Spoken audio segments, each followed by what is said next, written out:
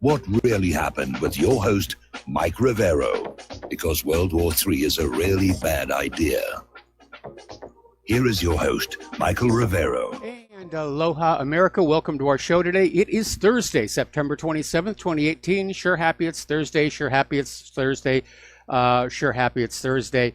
And we've got a lot to talk about today. There's a lot really going on here. The Kavanaugh hearings, Christine Ford did show up to testify. It's a real circus, and we're going to be talking a lot about that. Meanwhile, the phone lines are open, 800-313-9443. That's 800-313-9443. Mike is in our control room, ready to answer the phone, put you on the air with your comments, questions, and observations here.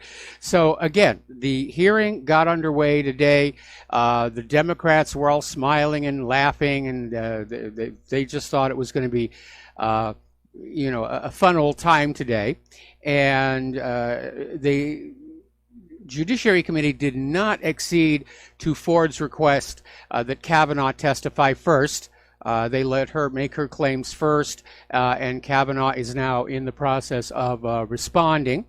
And the Democrats are not going easy on him at all. They're still desperate to derail this whole situation. But for those of you trying to catch up, here's a quick summary of Christine Ford's testimony. I don't recall. I don't remember. I assumed. I'm a little slower. My mind is a little tired. And basically, there wasn't really a lot of substance there. But she's sitting there with her lawyer, and rather interestingly, there's a video of Sheila Jackson Lee passing an envelope of some kind to Christine Ford's attorney, which he very quickly puts into his inside coat pocket. So it's not a note, or he would have opened it and read it. So that right there is very suspicious. Christine Ford herself started out her interview giggling and asking for coffee. Apparently, her whole issue was the trauma of it all, how Kavanaugh's assault drastically altered her life and changed her forever, and just really playing up the bathos of the whole thing, and playing to the gallery of the Democrats and the liberals who are out there. They're out there for Ford's. They're Kavanaugh's blood, rather. Interestingly enough, do you remember when they were trying to delay this hearing, delay, and one of the excuses was that Christine Ford wanted to drive to Washington, D.C. because she's afraid of flying, and yet, under oath, before the Senate Judiciary Committee, admitted that she flies a lot. She's a jet setter. And so... Again, her credit, she's not trustworthy. She's absolutely not trustworthy, and I think a lot of people already came to that conclusion here. Now, here's where it gets interesting. Apparently, another individual has come forward saying that he is the one that had the encounter with Christine Ford all the way back there in 1982, and that she may have mistaken him for Kavanaugh. And remember, there was a little while ago where there were these two yearbook pictures of these two kids. One was Kavanaugh, and the other one looked just like him.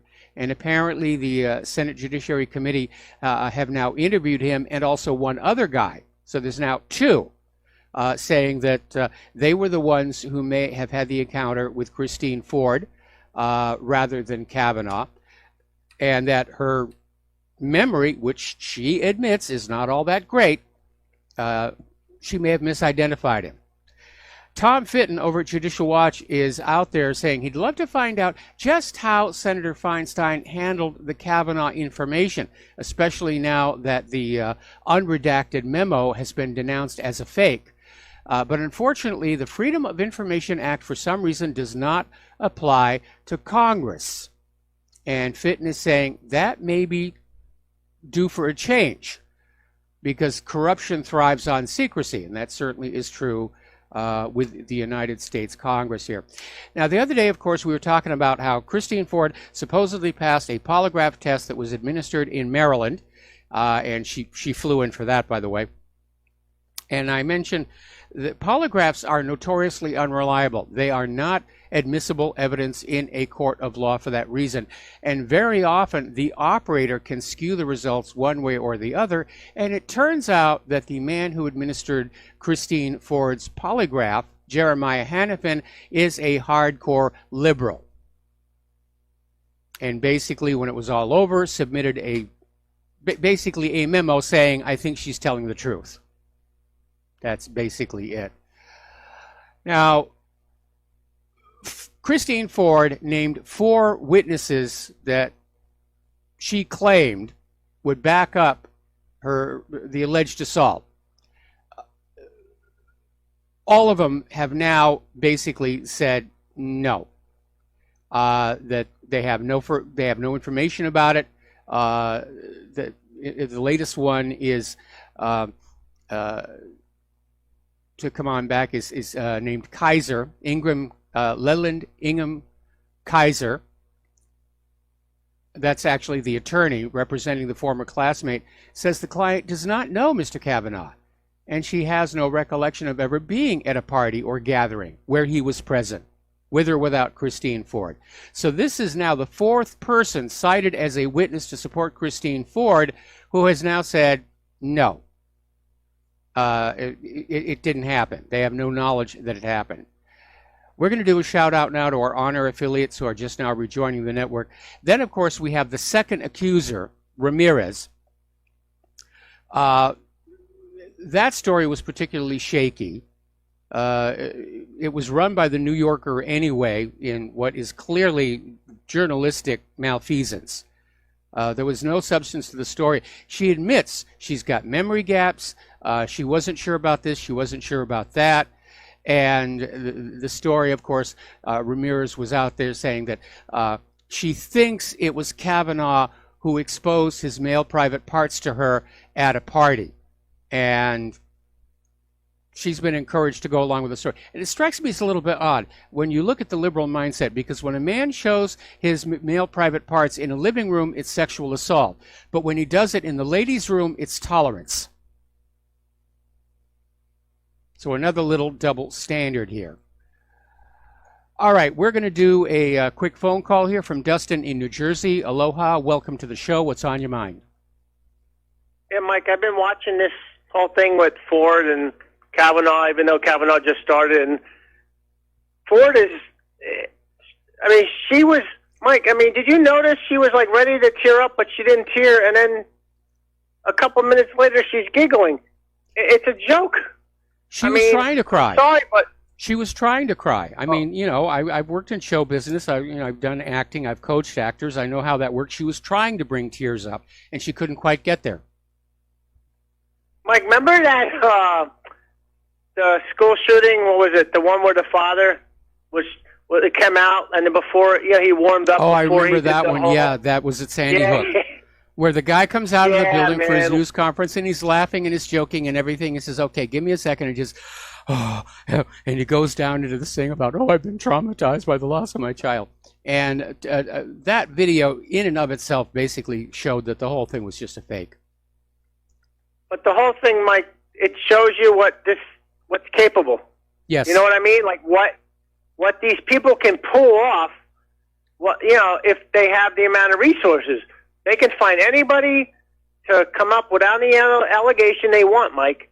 And how do you disprove it? 36 years later, my God. I mean, come on now. I can't. Can you remember having one beer 36 years ago? Give me a freaking break. Come on. Yeah, I mean, there are memorable things that happen in your life that you do remember. Okay, and I think being assaulted would definitely qualify as one of them, but we have these accusers who are saying they're fuzzy on the details, they're not sure, they don't remember. I mean, Ford said she didn't remember where it happened, exactly when it happened, but she's pretty sure it was Kavanaugh. Now, of course, we've got these other 2 guys saying, it might have been us. I guess Christine Ford was a bit of a party girl. But yeah, I mean, popping open a Heineken or a Coors Light is not a real. I mean, how do you remember one beer, at that particular party when she was 15, and she didn't even have a car, so she was driven. I mean, the whole thing smells because it's bull. It's bull. It's a setup. Yep. It's a trap. Yep. And like I said the other day, they'll have more lined up because this is what it's about. This is all politics, Mike. Plain and simple politics, and not about honesty and trustworthy. There's no dignity, honor anymore in this country, Mike. I mean, it's from the liberal point of view, it's win at all cost. And that's all I got to say, Mike. I wanted to talk about Syria, but I'll call in tomorrow about that. Okay, that'll be fine. I mean, a lot going on over in Syria. Thank you for the phone call. Thanks, Mike. All right, we're going to let you go here. Now then, we have the third accuser against Brett Kavanaugh. This is the one who claimed that she was a witness to Brett Kavanaugh and his friends drugging girls at parties in order to set them up for gang rapes. I mean, the allegations get more and more sensational, and I guess the theory was they'd be so shocking, people would say, it must be true. The big lie strategy. The more shocking a lie is, the more people tend to believe it. But apparently, her estranged father is saying he's shocked by the allegations. Apparently, she never told anybody about any of this until it came up just now. So this is Julie Swetnick, who's 55, and it turns out that she has a history of money troubles. She's been in serious financial trouble. Recently, it seems to have rather mysteriously cleared up here. But a guy who claims he grew up near her family says that she is a delusional whack job. And apparently she had substance abuse issues as well. In fact, she is potentially violent because for a while she was dating this guy, and then he broke it up, and she just went ballistic on him. The boyfriend was Richard Vinici, who told Politico that the two had dated for 4 years and then they broke up, and he had to file a restraining order on her because she was threatening his family. After he got married, she was threatening his wife and threatening to harm his baby. So this does not sound like somebody who's particularly stable here. Okay, we're going to take another phone call. Fred in Michigan, aloha. Welcome to the show. What's on your mind? Fred, are you there? I'm not hearing Fred in Michigan. Do we have a technical issue? Oh, he dropped. All right, fine. Over at, again, the Judiciary Committee, apparently 60 of the people who went to high school with Kavanaugh have now signed a letter saying they don't even know this Julie Swetnick, that they don't even think she actually went to high school there. And don't forget, there is a big hole in her story. She claims that all these train gang rapes were taking place in 81 and 82. She graduated high school in 1980. I think it's time somebody checked the yearbooks on this one. But 60 of Kavanaugh's classmates are saying they have nothing to back up any of this stuff. And in a last-ditch effort, and it shows the desperation of the liberals, late yesterday, they came up with a fourth accuser. And this was an anonymous complaint sent to Senator Cory Gardner of Colorado. And it claims that Kavanaugh physically assaulted a woman in 1998. And they're saying that they'd both been drinking, and he pushed her up against the wall and rubbed himself against her. But the sender of the complaint wants to remain anonymous. The person to whom the assault supposedly happened wants to remain anonymous. There were plenty of witnesses, but they all want to remain anonymous. So you have an anonymous accuser claiming to represent an anonymous victim and anonymous witnesses.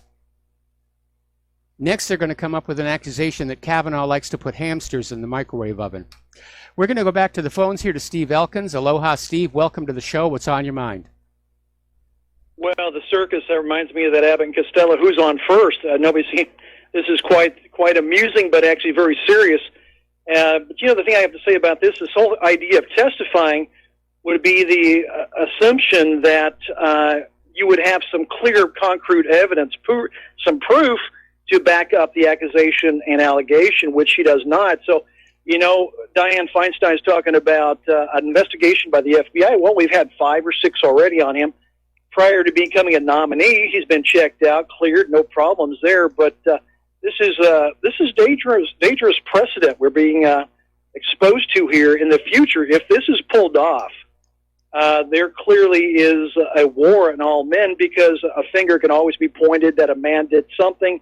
Of course, it's a false accusation, and the benefit of doubt always goes to the female victim, supposedly. And this is very dangerous territory we're heading into, and it's way outside. It's not even part of the rule of law. It's outside the rule of law, but the Democrats appear to be rewriting the law, and that the accuser is always to be taken 100%, especially if it's a female. Yes. She's concrete solid as evidence, and this is not right. Oh yeah, I mean the whole Democratic push on this is there is no presumption of innocence when you're talking about these kind of crimes. Sexual assault is such a terrible thing that even innocence cannot be used as a defense. But there's nothing new about that. We went through this once before back in the 1990s with the militant feminist male bash rape hysteria. And a lot of innocent men had their lives ruined. Some went to prison. And it really did get out of control, and it was a terrible witch hunt. And when it all fell apart and collapsed, the people who were really most harmed by it were the real victims of rape, because police departments had been so sued by all these innocently convicted, innocently prosecuted men. They started pulling back and saying, we don't want to listen. We got burned the last time that we listened to a rape victim. But the feminist leadership really didn't care about ordinary women. They were just there to make their political gain. And now they're trying to bring it back here. You've got people like Dianne Feinstein and Mazie Hirono are out there saying that, no, women always tell the truth, and they should be believed, and men are always going to lie, and you shouldn't listen to Kavanaugh. Which is why I said the other day, all Kavanaugh has to say is, I identify as a woman, and then the liberals will say, oh, well, he's got to be telling the truth when he says it didn't happen. I mean, that's how silly all of this has become. Yeah, it really is. I saw Jimmy Kimball. Of course, he's siding with the left there, the Me Too's, and that he should have it cut off. I mean, this is ridiculous. Again, accusations, allegations, or rumors, not concrete proof. It would be thrown out of court of law. If it's thrown out of court of law, we shouldn't even be hearing this woman. And this thing is quite the circus. If you're a Seinfeld fan, and I was a huge Seinfeld fan back in the day, as far as the polygraph test goes, George Costanza would tell you, you can pass them. It's not a lie if you believe it. Yes. And I do believe that's true. Yeah, that's absolutely true. Thanks, Mike. Appreciate it. Thanks an awful lot. We're going to let you go here. And the phone lines are open again here. Somebody did a study over the last 12 days since Dianne Feinstein publicly announced that she had this allegation against Kavanaugh regarding sexual assault. And somebody basically tallied up the news coverage. And the major corporate media spent the vast majority of their time on the allegations themselves and very little on Kavanaugh's denials and the lack of corroboration for any of the accuser's accounts. They spent basically on the evening shows, nearly 6 hours. Oh, he's been accused. He's been accused. Oh, it's a terrible thing. He's been accused. Well, he's denying it. Well, we don't need to report that.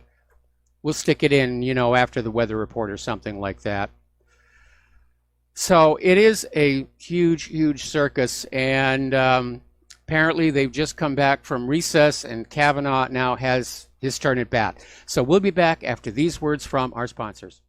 Aloha, America. Welcome back to the show. And let me just finish this up. I just got an email from somebody up in Canada basically saying if they hear the name Kavanaugh one more time, they're just going to freak out. And basically saying the same thing that I was saying, I think it was last week. We're being conditized. We're seeing this run up to a major military confrontation someplace in, the Middle East. And it's just absolutely not on the screens of America's corporate media, not at all. All right, let's grab a couple of phone calls here. Miles in Maine, aloha. Welcome to the show. What's on your mind? Aloha, Michael. Yes, I agree with what you just said about we're being diverted here, but I wanted to comment on this Kavanaugh thing. Here's the thing that I look at. In the worst case scenario, so what? You go ahead, you confirm Kavanaugh. If you have a lawsuit, you bring Aiea or whoever he is and these other three. She's got all the legal clowns she needs. Then you go ahead, you sue them, you impeach them, you charge them with perjury, and you put them in jail. You got a clear-cut case if you can prove it. So why sit here and prove it to the Senate, which is beyond their venue? And if this is just a crazy media stunt. Well, it's politics. I mean, none of this stuff that has been brought up would stand up either in a criminal court or a civil proceeding. That's just the hard fact. There's nothing to back it up. The Democrats are screaming FBI investigation, FBI investigation. They want to stall this. They want to hold off the final vote on the confirmation until after the November elections. And if they seize control of the Senate, then they'll stall it until after the first of the year.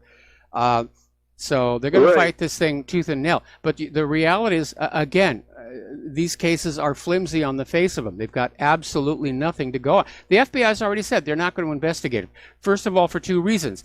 They've got nothing to go on. They've got some faulty memories of something that happened 36 years ago. There were no police reports filed. There are no corroborating witnesses. There's no physical evidence. And because none of these actions involve the crossing of state lines, technically it's not FBI jurisdiction in the first place. Yeah, exactly. And the only part that concerns me is the Republicans are making themselves look so weak to keep capitulating to this stuff with the midterm elections, and it makes somebody who would ordinarily want to support them say, my God, if they're this weak on something like this, how are we ever going to get their heads turned on foreign policy or anything else? So anyway, thank you very much, Michael. Well, thank you very much. I think the GOP's strategy is that they want to at least give the appearance of working with the Democrats on this. So the Democrats can't campaign on the GOP was obstructing us when we were doing our due diligence on Kavanaugh. But I think you're right. I think a lot of people are seeing that this has gone on way too long.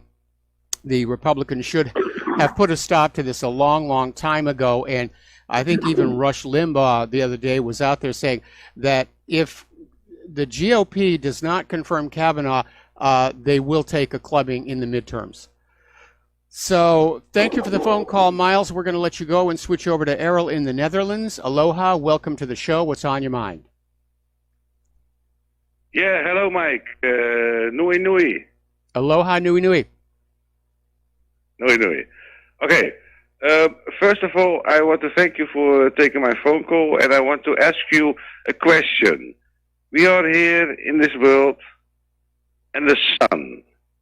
I want to know if you know this, and if your audience know this.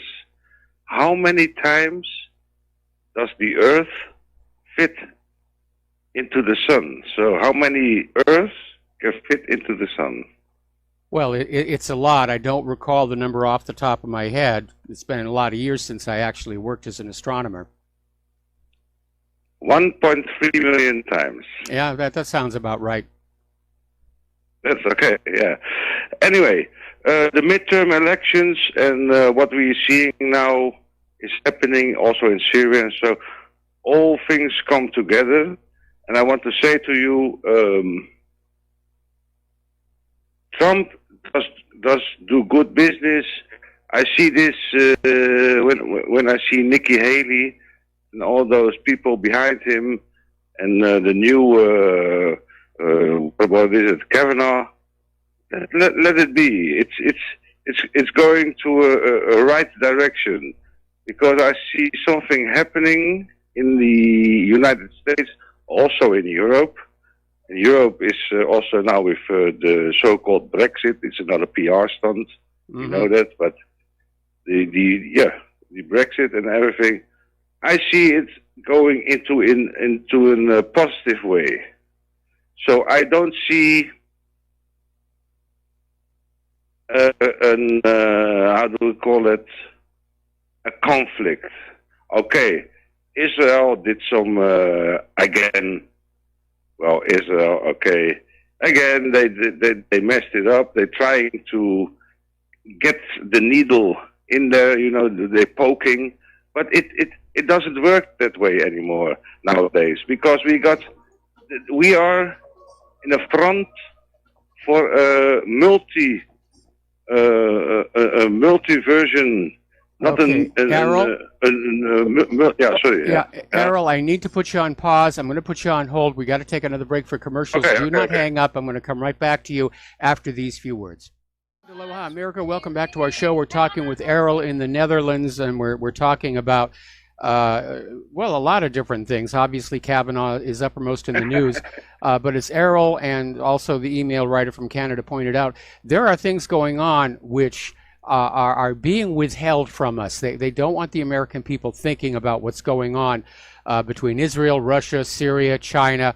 The whole world is definitely edging toward a hot war, and we should all be paying attention, and we should be very, very concerned. Yeah, we could be concerned, of course, but I think personally, when we see this with Kavanaugh and everything, you know, this is I call it a sideshow. It's a sideshow because they messed up in Syria, they messed up in the whole Middle East. You can say what you want to say, but that's the fact. Yes. They messed up. And it's a sideshow, and anyways, there are midterm elections coming in America, so that's very interesting to see. Also, what you now see here in Europe with Angela Merkel. Now, I think today was Erdogan, President Erdogan from Turkey, went to Germany, and my mother said to me, she said she's also like 81 years old, my mother. And she said to me, yeah, Erdogan said to Merkel that she's Hitler. So I was like, oh my, get over this, man, come on, you know. But I didn't say that like this. I said, this is all illusion, you know. And they messed up. The West messed up. The West messed so up. And you see now a deflection also in media. They want to point you away from the real stuff that's happening. We finance the terrorists. We finance them. We created them. And now it's like, oh, I don't see that. I haven't seen that, you know. Like, oh, I didn't do it. It's not my bad, you know. And all that la la la la. Anyways, Mike, thank you for taking my call. And I wish you a good day, and Claire also. All right, well, thank you very much here. We're going to let you go and switch over to Glenn in Philadelphia. Aloha, Glenn. Welcome to the show. What's on your mind? Hi, Mike. Wow, it's not every day I get to follow a happy, mildly drunk Dutchman. That's interesting. I don't think he's inebriated. Oh, okay. There's conjecturing there. Okay, now, in this whole process going on with Kavanaugh, it's kind of astounding to watch the media, the news. I mean, the news media are conducting a trial in the media of Kavanaugh. The man's not on trial. The man's up for nomination for one of the highest offices in the land. So that, and what the comedians are saying, and what these accusers are saying, all they're lying. And I think there's a question in a lot of people's minds: how in the world can they bring themselves to do this? And there's a very concrete answer to that. This is normally something I would discuss, you know, with Chris Hinckley on his program, where we wax a little more philosophical.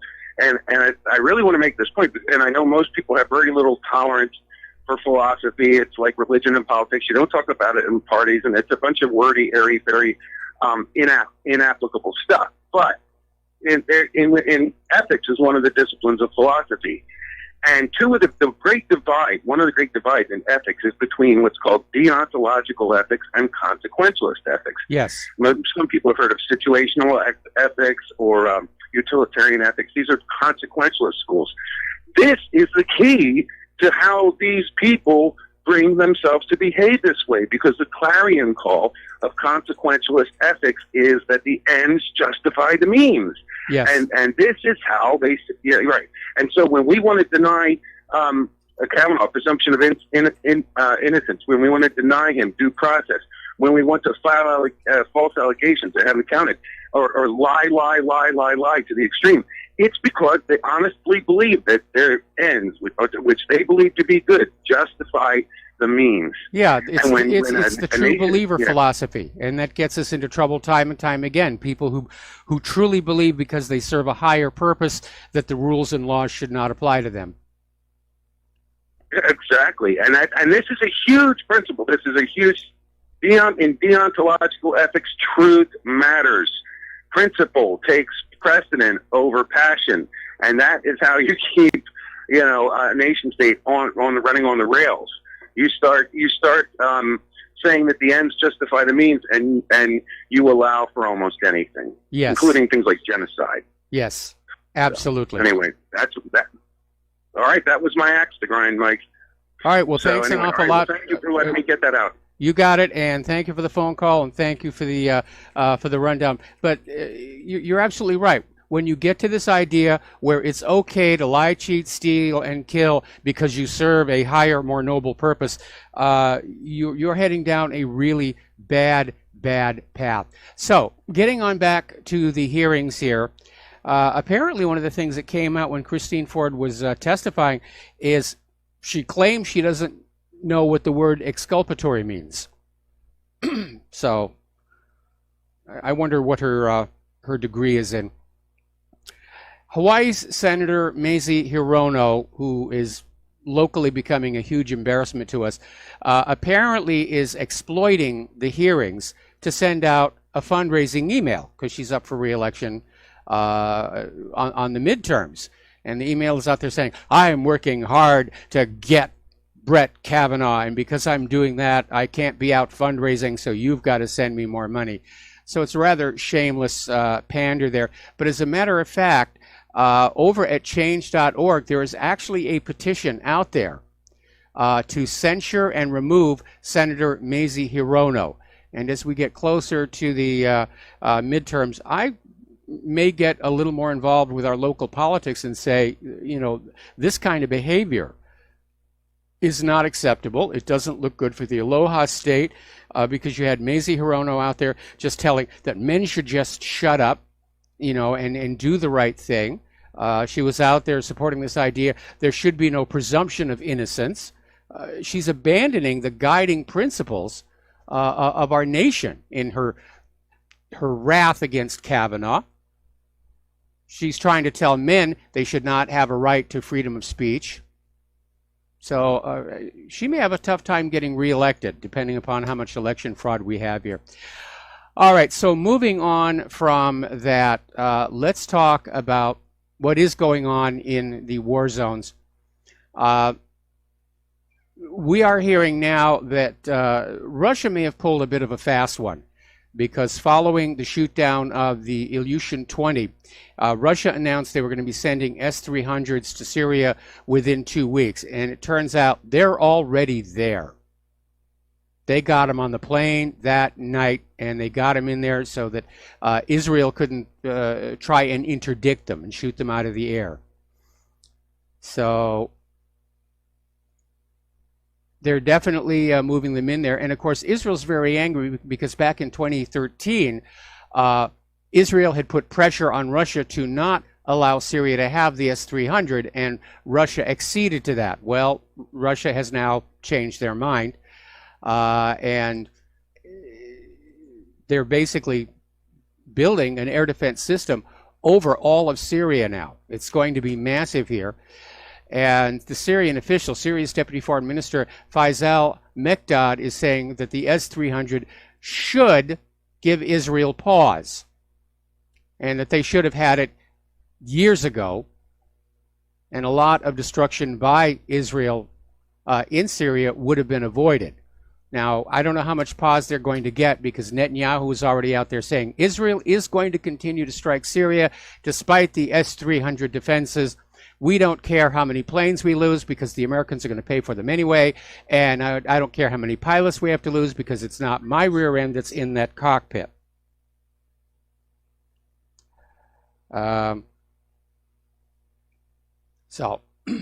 So Netanyahu is talking tough. Here is the interesting comment that Netanyahu made. He is claiming that Trump has given Israel guarantees about freedom of Israeli operations in Syria. And I'm pretty sure it's not up to Trump what Israel can or cannot do in Syria. It's up to the Syrian government and their allies like Russia. And I think this point here it's a very dangerous situation, because these new S-300 missile defenses in Syria could set off a real shooting war with Israel. And Israel does have nuclear weapons. Now, of course, the political cost of using one would be enormous, because Israel still maintains nuclear ambiguity, although Netanyahu was definitely dropping hints at that speech in front of the Dimona reactor. But Israel has made a pledge that they would not be the first nation to introduce nuclear weapons to the Middle East, even though they already have them. So this thing could really get out of control. And I'm sure that Israel's government would be perfectly willing to sacrifice a few planes to get a shooting war going, which the United States would come in on. There's already an agreement between the U.S. government and the government of Israel that the U.S. government will back Israel in any war, even if Israel starts it. So we could find ourselves literally in a hot war with Russia. Not a good idea. Everybody is trying to calm things down over there. Iran has come on out and said that if Israel bombs Syria again, there will be what they describe as a regrettable reaction. And a senior Iranian military official basically came out and said the Zionist regime is seeking to stabilize crisis. I think they meant destabilize crisis in Syria, has taken measures in direct support of terrorist groups and for hitting the Syrian army and the forces fighting against terrorism. This is coming from Ali Shamkhani, Secretary of Iran's Supreme National Security Council. And that has been the reality. Israel is bombing Syrian forces, especially around the Golan, which is an act of war. Israel's the belligerent in all of this, backed up, of course, by the United States of America. Over in Raqqa, there's been yet another mass grave of civilians killed by U.S. airstrikes found. This one was relatively small, 14 bodies. But again, civilians are dying in these war zones. Okay.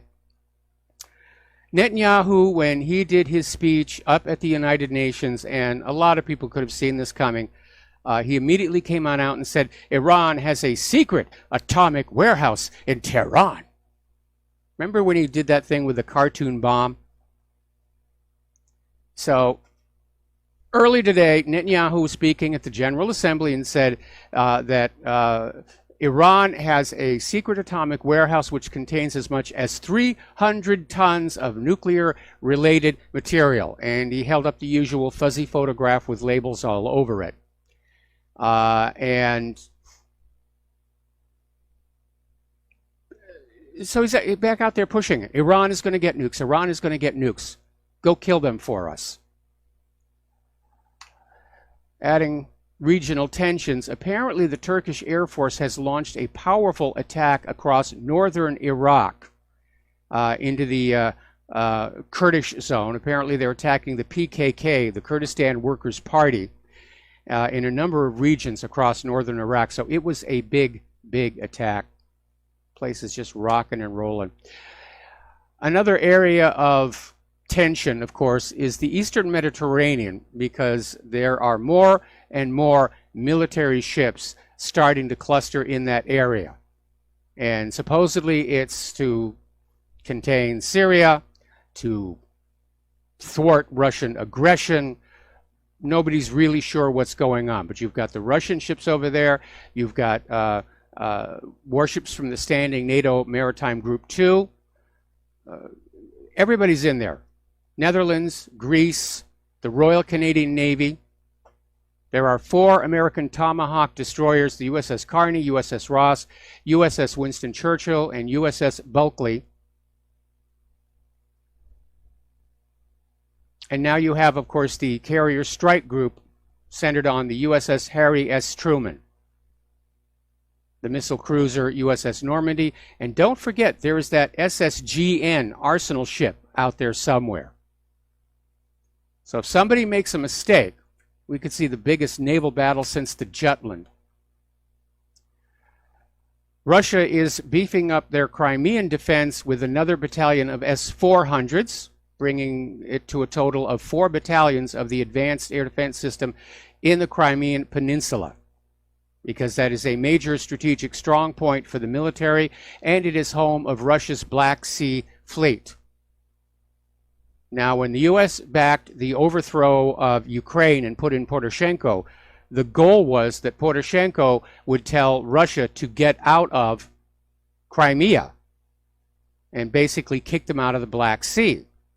That didn't happen because Crimea seceded, and that's what kicked up that whole fuss about, oh, Russia stole Crimea, they stole it, those evil, evil, evil people.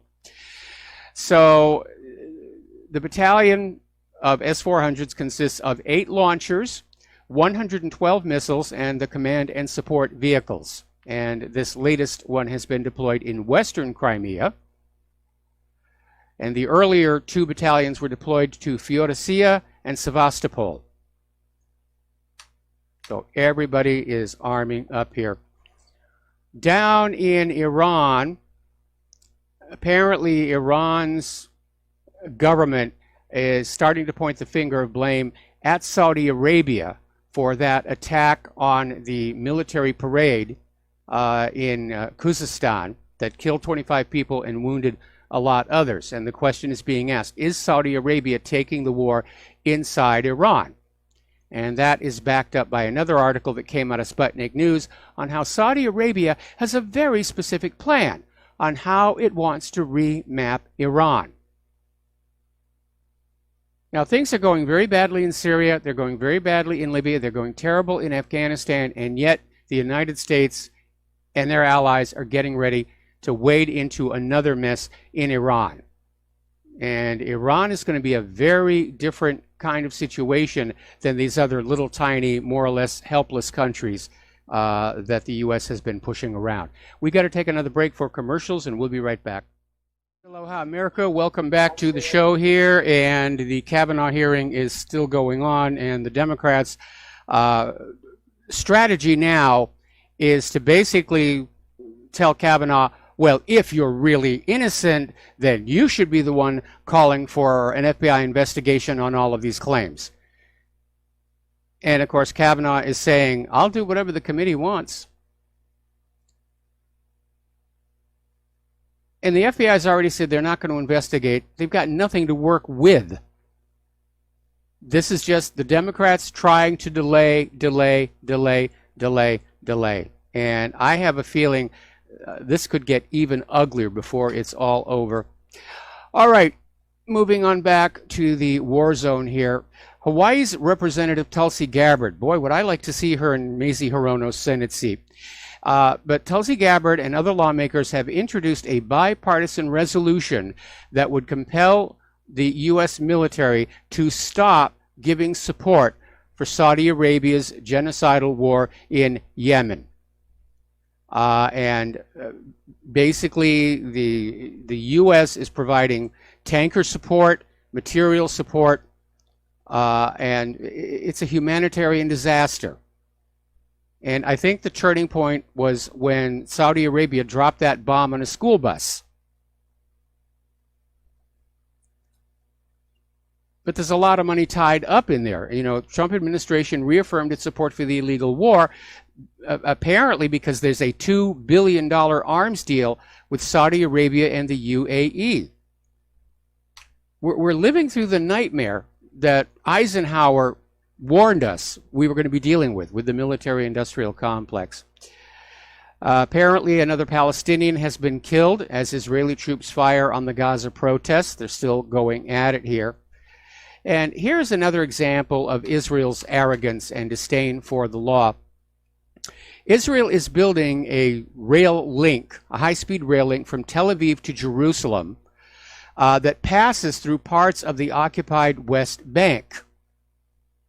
And it's a $2 billion project to build this link between Tel Aviv's Ben Gurion Airport and Jerusalem, which would basically have trains traveling at up to 100 miles an hour. And the train is going to run through parts of the occupied West Bank, such as the Palestinian village of Beit Surik. And despite the fact that the rail link will illegally use Palestinian land, Palestinians will not be allowed to use the train system. It's an Israeli-only train, just like the Israeli-only roads. A lot of people have forgotten about those. There are roads that are very nice roads built in Israel to which the Palestinians are forbidden to use. Here's an article that came out of Labour Party Marxist.org over in Great Britain, basically saying why Israel has become a racist state. And they're talking about the basic law that was just passed in July, Israel as the nation state of the Jewish people, saying it didn't really change anything because Israel has always had one set of laws and rules for the Jewish people and another set for the Palestinian Arabs. Okay, we got to take a break here for station identification. Back with hour number 2 after these few words. Aloha, America. Welcome back to our show. Hour number 2. The phone lines are open, 800-313-9443. And we're talking about military actions around the world. Now, a year ago, Donald Trump announced that the U.S. was considering a military option for Venezuela. And nobody really thought it was a good idea. Now, all of a sudden, it's starting to get a lot of support. The economic war has not succeeded in bringing down the government of President Maduro. And so now the talk around Washington, D.C. is, yeah, let's just go ahead and invade. You know, we'll come up with a reason after the fact. It doesn't really matter here. Over in the South China Sea, the United States is again flying B-52 bombers near the Chinese islands. Now, the media still says they're disputed. They're not disputed. The ownership of the islands was established at the end of World War II with the Cairo Convention. Prior to World War II, they had been Chinese islands. Japan took them over during World War II. When World War II was over, all the victorious nations got together and they basically wrote up this agreement, which included a provision that said these islands go back to China. Everybody agreed, including the United States. So the only dispute is that there are other nations there who covet these islands, because now they know there is some oil and gas underneath there. So they say, I want those islands. Well, they belong to somebody else. It doesn't matter. I want them. Therefore, they are now disputed. So, again, provoking China. Just give them a poke in the ribs with the B-52s here. One of the things that Donald Trump was claiming when he was speaking at the United Nations is that now China is out to meddle in the 2018 elections, and because it opposes his tough trade policies. Well, I guess the Russians are off the hook now. And, of course, there's no evidence. There was no evidence Russia was meddling, no evidence China's meddling.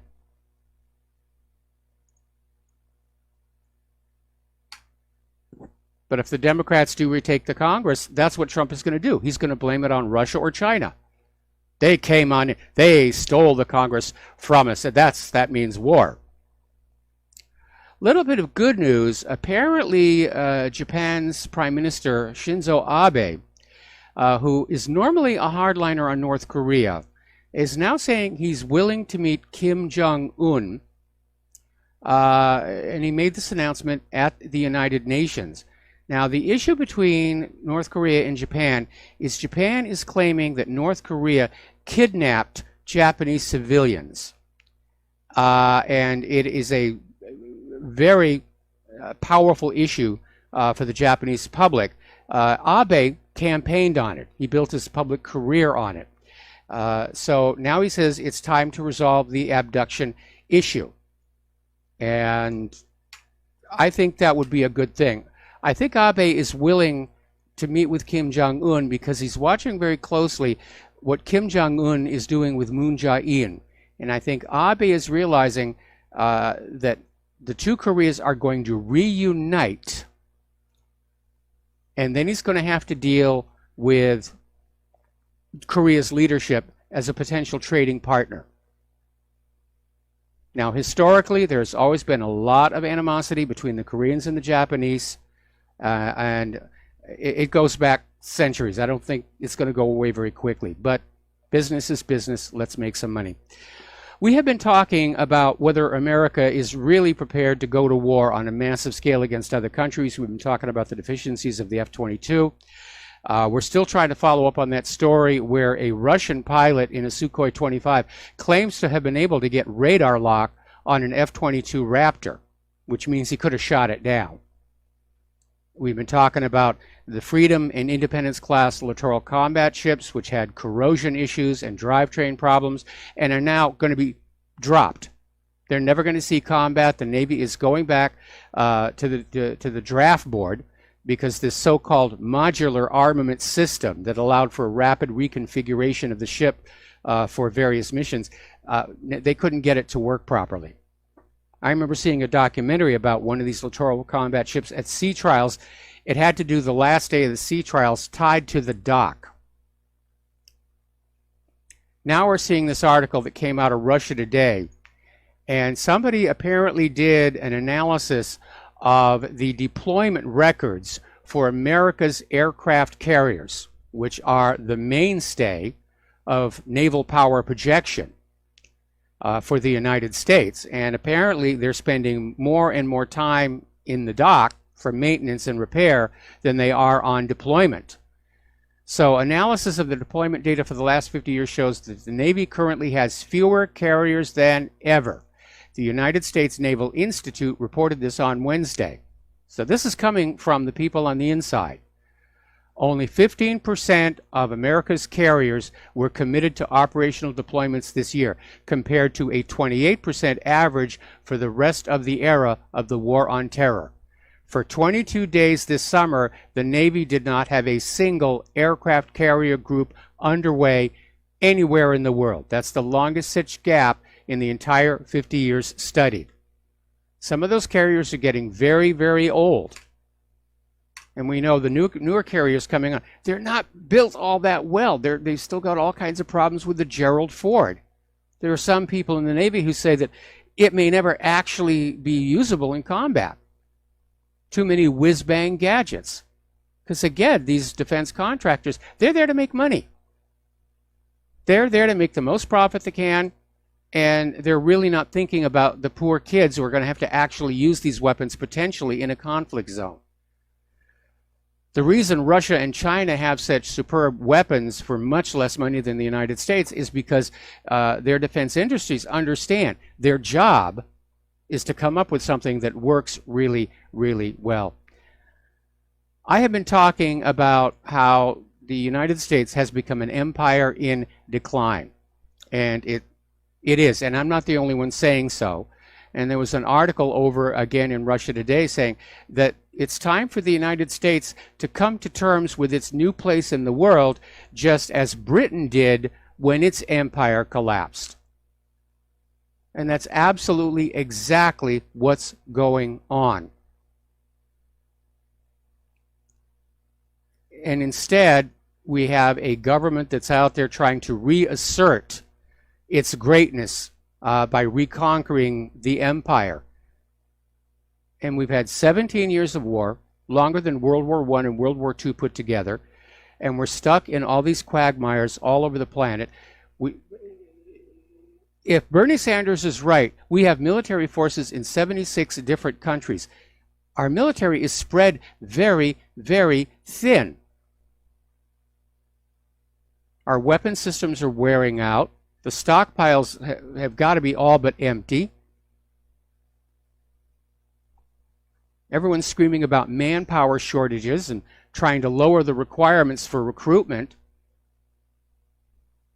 Claire thinks that after the midterm elections, they will bring back the draft. And in a way, I hope they do, because that will wake up the American people, because that's what happened in Vietnam. Prior to the draft, Vietnam, other side of the world, we don't really care. The people who were fighting over there were recruited. They chose to go. Lots of little wars all over the place. We don't care. As soon as the draft came around, everybody stood up and said, okay, this is it.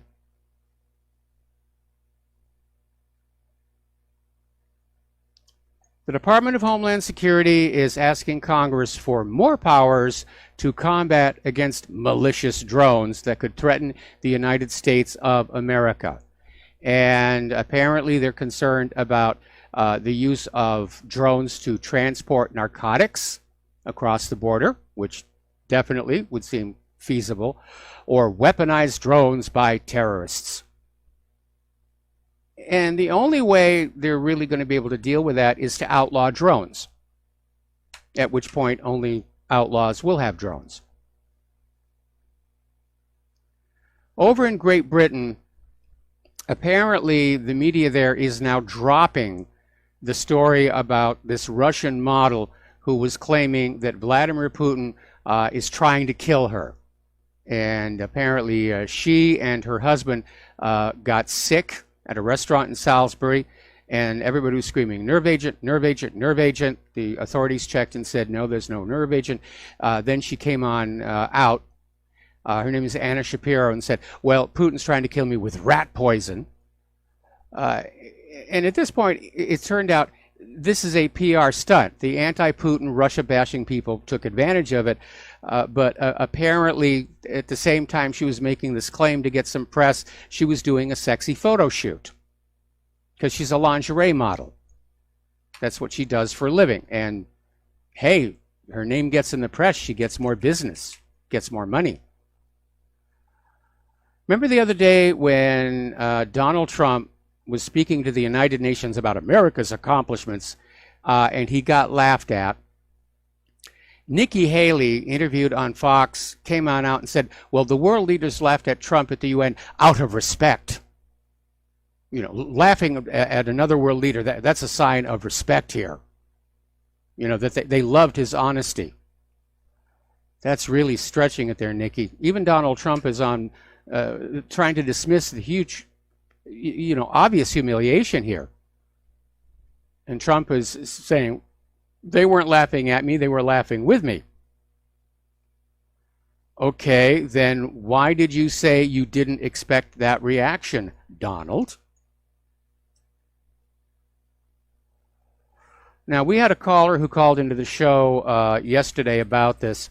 The Chief Executive Officer of Ford, James Hackett, is out there saying that, yes, the trade war is hurting his company, especially the tariffs on metals, and it's cost Ford $1 billion in profits. And he made the comments yesterday at a Bloomberg conference in New York City. And apparently Ford is feeling constrained about trying to raise prices to the end consumer because sales are still sluggish.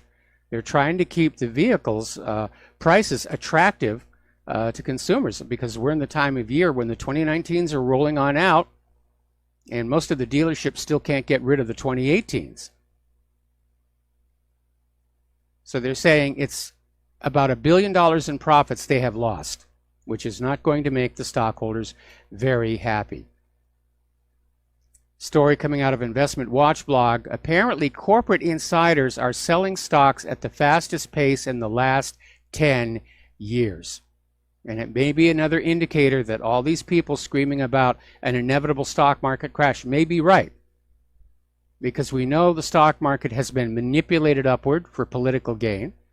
We know it is vastly overvalued.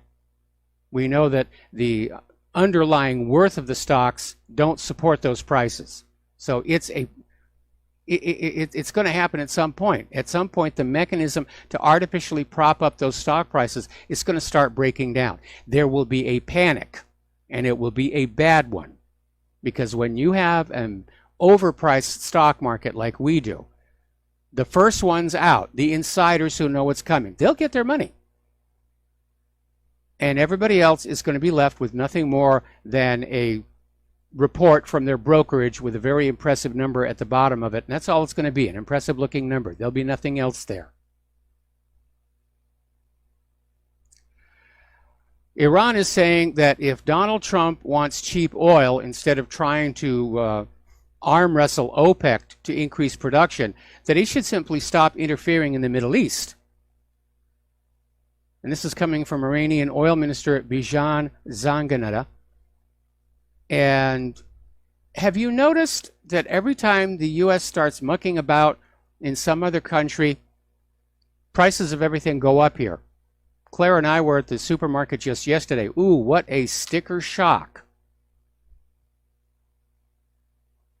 Now, India has announced they will continue to buy Iran's oil. This is coming from their foreign minister.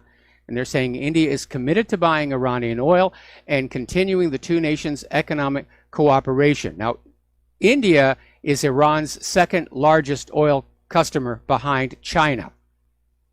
And so it looks like the sanctions against Iran aren't really, they're going to cause some harm. But it's not going to be a complete and total shutdown. What's Donald Trump going to do now? Declare war on all the nations that refuse to stop buying Iran's oil? That's going to be a tough sell here. Down in South Africa, the situation there is getting ugly, but South Africa's President Cyril Ramaphosa, when he spoke to the General Assembly at the United Nations, saying that the South African government is planning to implement these controversial reforms to correct racially skewed land ownership patterns. And he's saying the seized South African farmlands will be shared by all. And he's saying this is all Nelson Mandela's vision. It continues to guide us. And we already saw that tried in Zimbabwe, and it did not work.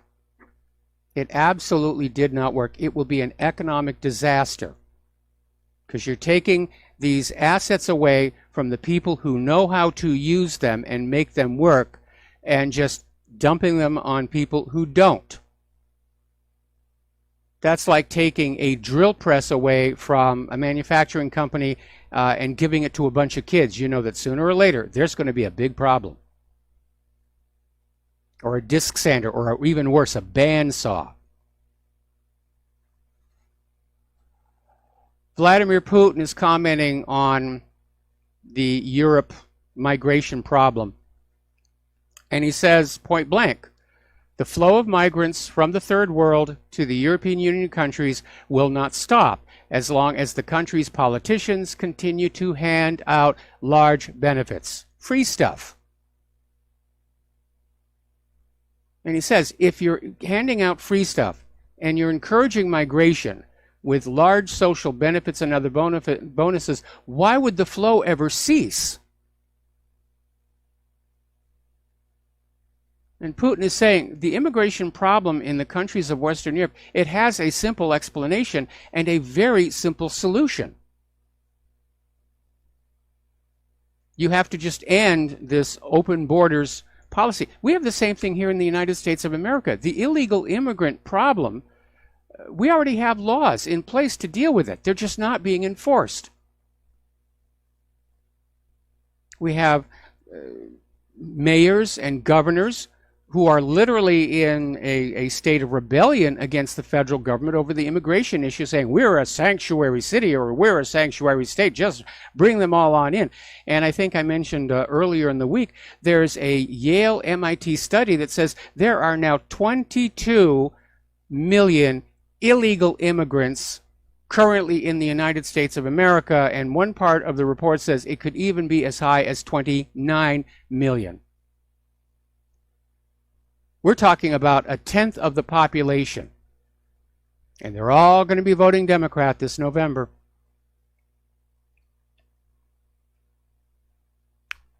Now, Emmanuel Macron is still on the warpath against Brexit. He's all in favor of the EU, the New World Order, open borders, and all the rest of it. And he's saying that Great Britain should be allowed to reverse the decision of the voters because the British voters were stupid. They just couldn't understand how complex Brexit was. And so the British government has perfectly reasonable to call off Brexit and remain in the EU. I don't know how the British people are going to feel about that, but that's effectively what he said, that the British people who voted for Brexit were all idiots, who didn't understand the complex issues of building a new world order and a one world government. You know, harumph, harumph, harumph, harumph. Okay, all right, we're coming up here now on a commercial break, and we'll be back after these few words. Join us on the air, 800-313-9443.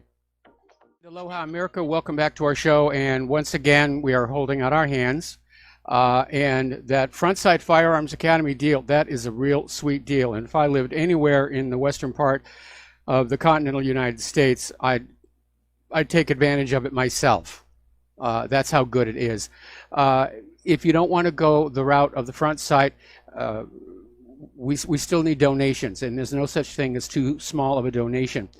So the postal address to support Republic Broadcasting, and we really do need it. As John Stadmiller says, equipment has to be replaced. The stuff is burning out. I've lost count of the number of computers I've burned through over the last 24 years doing this stuff. So the postal address where you can send a check, money order, or if you prefer, anonymity cash, is Republic Broadcasting Network, 2251 Double Creek Drive, number 302, Round Rock, Texas, 78664. The phone number where you can make a credit or debit card donation or pledge to be a recurring subscriber is 800-724-2719, extension 1. And for those of you who want to support whatreallyhappened.com, there is, of course, a PayPal link on the main page. And the network thanks you, and I thank you, especially all of those who have already contributed to keep us up and running, keep us out there, trying to get the truth out there against a tsunami of lies. And there are certainly a lot of those. Okay, the Kavanaugh hearing is currently in recess. They're taking another break on this situation. But I'm getting a lot of emails from people saying how ridiculous this all looks, where all of these allegations against Kavanaugh, they sound like they came out of teenage gossipy tabloids. And it does. It's high school drama. It really is. And like I said, we saw all this back in the 1990s, where women were literally encouraged to point fingers at men and accuse them of all kinds of nasty things as form of empowerment. If you want to get ahead in your place of business, then you've got to get those evil patriarchal males out of your way any way that you can, by any means necessary. And they created this accusation equals guilt mindset. And it's being revived here. We saw it right on TV with like Dianne Feinstein and Mazie Hirono. You know, the women have to be believed. And there's no presumption of innocence When a man is accused by a woman of sexual impropriety, that's it. Case closed. Let's go right to the burning at the stake.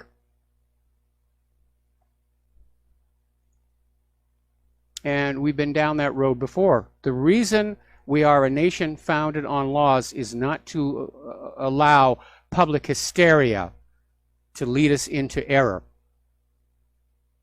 I mean, the founding fathers were very careful in setting up this country as a nation of laws because they were a lot closer historically to what happened in Salem. They saw it get out of control. And I'm sure that a lot of them were thinking about that when they crafted the Constitution and the Bill of Rights.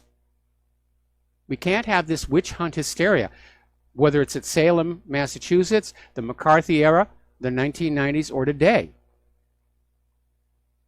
There is a presumption of innocence. If you make an accusation, you have to back it up with some kind of proof beyond a reasonable doubt. The liberals want to go back to Code Napoleon. You are presumed guilty until you can prove your innocence. We definitely do not want to do that. Okay,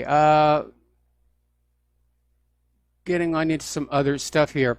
Apparently, Amazon, AT&T, and Google are now lobbying Congress to pass an online privacy bill. Ooh, everybody's going to say, fine, we're going to get some privacy here. It's not what you think. Okay, all of these companies, along with Twitter and Charter Communications, are pushing for a federal privacy, online privacy bill. What they want to do is head off bills under consideration in states that would be much stronger and more restrictive. So they want the federal government to come up with an online privacy bill that's weak and easy to get around. And Congress might just go ahead and do it, because we got to take our privacy back. And it's not that we're doing anything wrong. I mean, that's always the argument from the surveillance people. Well, if you're doing nothing wrong, why would you care that we're peeking on you? Well, because I'm a private person. Okay? And I know I'm not doing anything wrong. And we have a right to privacy enshrined in that Bill of Rights. And I don't want to be tracked and scanned for marketing data. I don't want my buying patterns known. I don't like to use those so-called discount cards. And by the way, you don't really get a discount at the pharmacy and the supermarket. I don't like using those things. It's nobody's business if I bought a box of donuts. We got to take another break for commercials, and we'll be right back. And aloha, America. Welcome back to our show here. And the Kavanaugh hearings have come back from recess.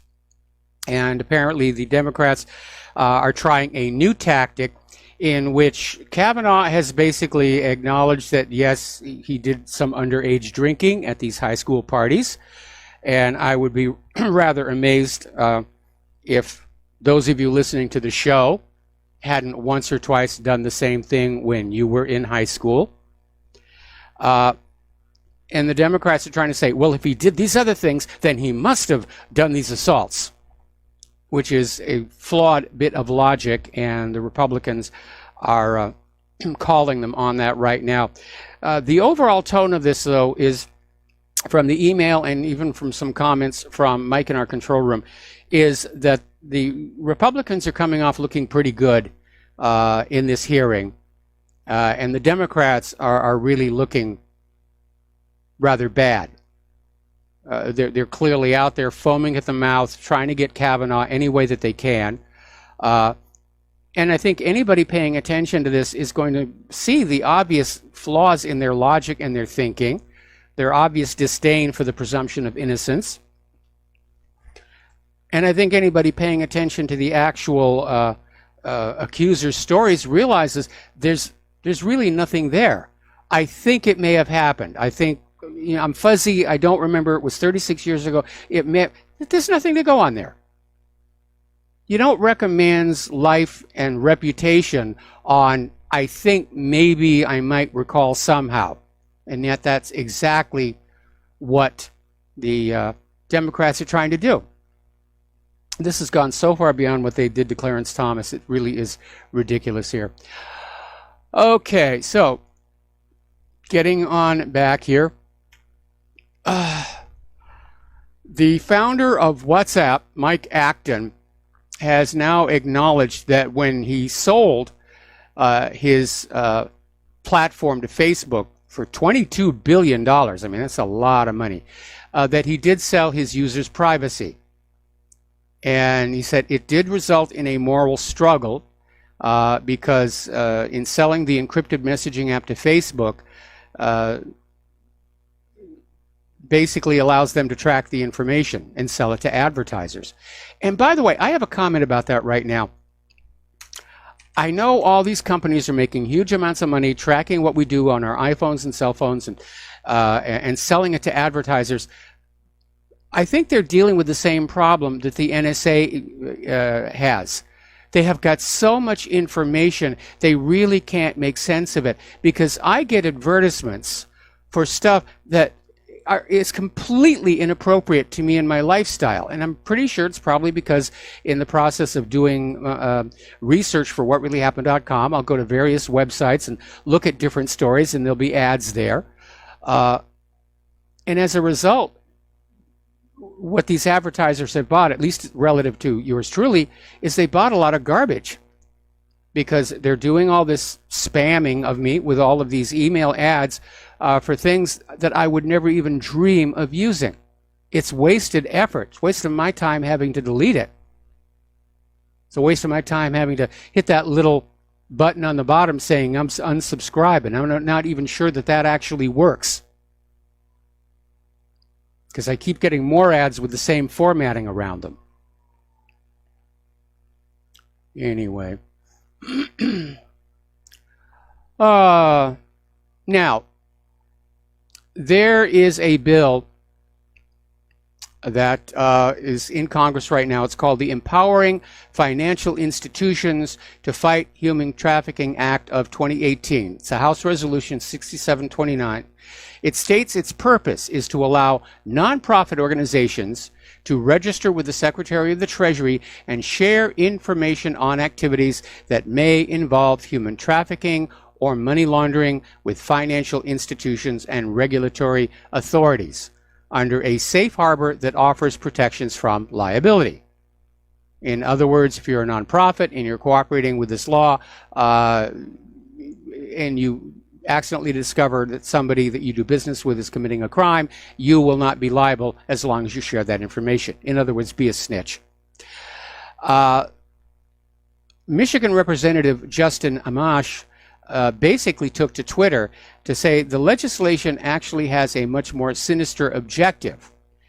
And he says it's a disguised effort to expand the Patriot Act, and that the very interesting name about human trafficking and everything was just in there to conceal the bill's true purpose, which is to give the government more power to unconstitutionally spy on law-abiding Americans without a warrant.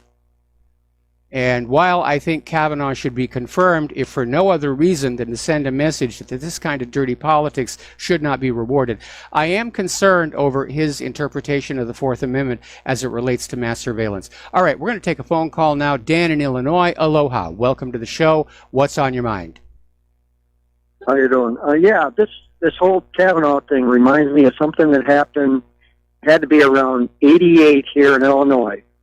I remember a guy got released from prison. He was put in prison back in 79 because he was accused of raping a girl at a party, and the girlfriend that came out like in 88 or something, I don't know how if it was DNA or something like that at the beginning that cleared him, but she was standing at the podium crying her eyes out saying she accused this guy and he was not the one that did it. So he spent 9 years in one of the great state pens here in Illinois, probably got the tar beat out of him who knows how many times because of a false accusation. That's the kind of stuff that goes on. Yeah, and let's see. I'm trying to see if that's the same case that I was familiar with. Anyway, the case I'm thinking of was there was this guy, I'm not going to mention his name because he has a right to get along with his life now. There was this girl, and she was having sex with her boyfriend. She didn't want her parents to know about it, but her mother found some blood stains in the girl's underwear in the laundry and confronted her. And the girl said, "Oh, I got raped, because she didn't want her boyfriend to get in trouble. And so the parents immediately called the police and said, "Who raped you? Who raped you?" And she just picked out a guy at random. And he got convicted and sent to prison for 6 years. This guy was in 9. Say again? This guy was in for 9 years. Now, well, then we're talking about two different cases here. But this guy went to prison for 6 years, and then his accuser apparently got religion. She became a Christian, and at that point, she decided she had to confess what she had done, and he was finally released. But I remember they did use a DNA test to corroborate that it wasn't this guy. And I remember back then, the National Organization of Women was just so totally opposed to DNA testing. How dare you even question the veracity of the women? Same thing that we're seeing here today. Yeah. And they absolutely did not want to have DNA testing there because, again, back then, according to the FBI's supplemental crime statistics, rape was the second most falsely reported crime in the country. It was happening all over. It wasn't just a rare occurrence, and there were some serious miscarriages of justice. Yep. Well, I guess, yeah, and this guy, I guess he got a nice chunk of change, and I think the state of Illinois told him to buy a car and get out of the state. You know how that works. Well, still, I can imagine he'd want to, because even after being exonerated, there's going to be a reputation that follows him around. And I could see him just relocating to another part of the country where nobody knows who he is and starting over. Yeah, I remember the news media made a big deal out of that. How's he going to change his, reputation and all that? But the thing I remember most is she was standing at a podium, crying her eyes out about what she did. Like, feel sorry for me, not him. Yeah. I was about to make a comment about that. Playing the victim again. No, it was insane. It was insane back then. And like I said, the feminist leaders were encouraging women to do this as a form of empowerment. And plus, of course, you could get your 15 minutes of fame on TV, where if you had a spectacular rape story, you would be on Donahue, you'd be on Oprah, you'd be on all these shows, you'd be a big TV celebrity. I mean, it got so bad there were actually T-shirts that women were wearing that were printed "Potential Rape Survivor." I mean, that's how desperate they were to get on this victim wagon, as it were.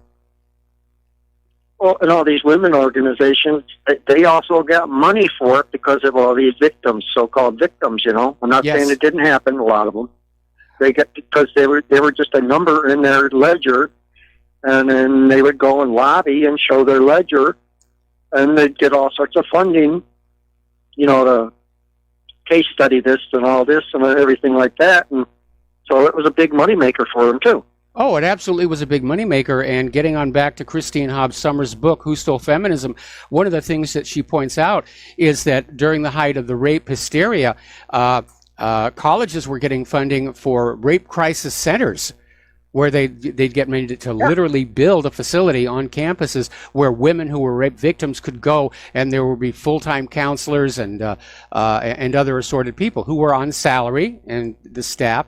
And Christine Hobbs Summers says it turned out to be a joke because these rape crisis centers basically, for the most part, sat empty, and the people who were paid to be in there didn't really have much to do because it was all hyped up. Yeah, there were some sexual assaults, but no more than had been the case before. In fact, because of all the rape hysteria in the media, the real occurrence of rape had actually declined. Yeah, it was weird because I remember hearing stories about that kind of stuff going on around where I live. Oh, yeah. And well, I'll let you go. All right, thanks an awful lot. We're going to let you go and switch over to Mark in Philadelphia. Aloha, Mark. Welcome to the show. What's on your mind? Yes, Michael. There are many who have been accused of false, harm and gone to prison. And where's the repercussion for the accuser, and where's the repercussion for the prosecuting attorney? But that's a question anyway. I want to go back to what you said about India getting their oil from Iran. Now, wait a minute. As it currently stands, I think the way it's portrayed is Iran is our enemy. But yet, remember what I brought to your attention, that 550,000 H-1B visas have been approved since the first year. So should we be doing business with our enemy's partner or enemy's trading partner? I mean, like, and by the way, India is buddy with Israel. And isn't it portrayed that Iran is like the number one enemy of Israel? That's certainly the way Israel portrays it, yes. So, but yet they're buddy. They've got a lot of business dealings going on. Israelis and the Indians and the Israelis that are over here, the dual citizens, they love the Indians. They just love to do business with the, especially putting them in their high-tech businesses, such as Accenture, by the way, which is run by Israeli dual citizens. Yeah, Accenture, which is a big subcontractor to the United States government. I don't know if you're aware of that. Yeah, I've heard of them. And according to Art in Philadelphia, who is a high-tech guy, a high-tech engineer, this comes from him that Accenture was the big one that when the Clintons did the deal with Gupta, a guy named Gupta, back in the 90s, that Accenture was waiting in the wings to put those deals together to bring the Indians over and put them in place and displace us. So I'm sorry, I don't like it, and now they flaunt themselves. I mean, I'm telling you, when you come across the younger ones, they think they own the place, and I'm sorry, my family's been here a long time. I'm a native son, and I don't think I would not act like that going to their country, but they sure like to act like this. It's theirs. And it's been a recent change, if you will, because. No, I'm not going to say that. I mean, normally when I go to other countries, I try and be respectful. I try and learn the language. I try and be very, polite because I'm a guest in somebody else's home.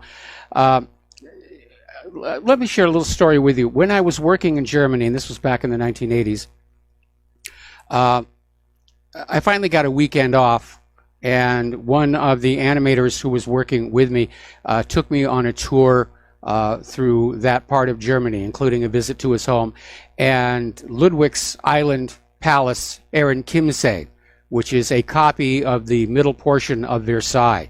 Very impressive. And while I was there waiting for the boat to take us over to the island, a group of Texans came on in and started acting like, to be blunt, Texans, which were just grating on everybody around there. And I turned to this animator I was with and I said, please don't tell anybody I'm from the same country as those people. So, but again, I agree with you. If you're going to somebody else's country, you should be polite and respectful. And you should be polite and respectful anyway. But you're right. These migrants who are coming into Europe just have this unshakable sense of entitlement that this is their right. And I'm not sure where they're getting their heads filled with this nonsense, if it's part of the indoctrination.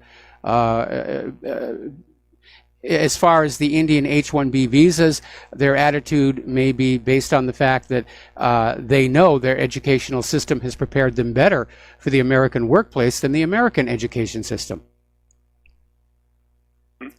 Well, I have an example of somebody that I know of, an extended friend of a friend, whose nephew came over from India and got an associate degree. He lived in New York City area, one of the boroughs, and he got an associate degree in business, but what he wasn't getting very far. And then he learned about some kind of a course that he could take, which took like a week long or 2 weeks, and it cost like $5,000. No, it was like $10,000. And after he took the course, he got a $72,000 a year job. And what was he doing? He was working for a company, and they were filling out forms. Then,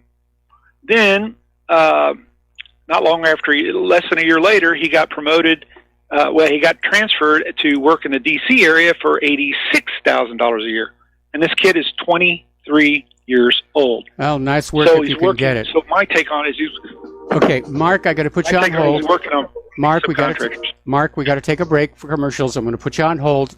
We'll be right back after these few words. And aloha, America. Welcome back to our show here. We're finishing up here with Mark in Philadelphia. And Mark, I think there may be another explanation for your perceived arrogance in these Indian workers, and that is they got the visas. They got the H-1B visas. It's kind of like winning the lottery. So they're probably feeling, kind of very superior about that. But you do raise a point. If India is buying oil from Iran, which I have no problem with, I think the issue comes down to the fact that Iran is not a declared enemy of the United States. Therefore, the Trading with the Enemies Act would not come into play. In fact, we haven't got any declared enemies anywhere in the world. They're all implied enemies. Russia's bad, China's bad. Now they're going to start saying India's bad. But we don't have any declared enemies. We don't have any declared wars. It's all this kind of sort of amorphous fog of combat all over the globe. Anyway, Mark, we're going to let you go, and we're going to switch over to Peter in Los Angeles. Peter, thank you for waiting so patiently. What's on your mind? Hey, Mike, excuse me, I've got a bad cold, but I wanted to make a couple of points, but it's on two subjects, and one is all this feminist allegations, and a guy is guilty until proven innocent, and there's no way to prove you're innocent ever, pretty much. But at any rate, remember the Duke lacrosse team? Yes. Yeah. These guys were convicted by everybody of having, raped this woman and humiliated this black woman. And of course, it got racial, and all the regular, cast of characters went down and weighed in on it. Everybody weighed in on it, and they had an ambitious DA that wanted to get the black vote and all that. And it turned out that it was complete crap. And it was finally, when it was discovered it was complete crap, this girl, nothing happened to the girl, by the way. She almost put these kids in jail. Nothing happened to that girl, and she ended up in jail, like for life or something, or a really long term for some really serious crime later on. But nothing happened. So that was one. Nothing happened to Tawana Brawley, among others. Another false, until we get women going to jail for making false claims, like this chick Ford. If she's willing to cast aspersions on this guy, or in a different forum, maybe send him to jail for years and years and years if it was a different forum, then she's got to be willing to pony up and get a false claim thing going. And subject yourself that if this turns out to be false, you're going to pay a price for it. Until that happens, this is going to go on. We've got to start jailing these lying people who do these lying allegations. I agree. But can you hang on here for a second? Why don't you stay on the line, and we're going to take a break here for station identification, and we'll be right back after these few words. Stay on the line, Peter. Aloha, America. Welcome back to our show, hour number 3. Phone lines are open, 800-313-9443, and we're talking with Peter in Los Angeles about the serious problem of false accusations of rape by women, and how they can really ruin somebody's life, and how, at least in this country, not much seems to happen to them when the fraud is exposed. Now, Tawana Brawley was sued for defamation by one of the people that she accused, and I'm looking at the story that is out of Great Britain, where apparently they do take this sort of thing a little bit more seriously, about this woman who invented 4 separate false claims of rape, one of which led to a man being wrongly convicted. Then he was exonerated. They realized she was making it all up, and she went to jail for 10 years. So, good start, but absolutely. And if nothing else, the the falsely accused men should consider a defamation case. For two reasons. One, obviously getting some financial compensation for their pain and suffering. But two, if you have a successful defamation lawsuit, that can be used to counter the negative publicity, which is still going to persist in following you around your life. Yeah, absolutely, Michael. Let me make a segue here that's, I think, a pretty apt one. That should also go with people who do false hate crime allegations. Agreed. Like the swastika stuff and all that, because that has real ramifications. We have all these safe zones, and it also manifests itself in our loss of freedom of speech because all these ridiculous made-up hate crimes and stuff.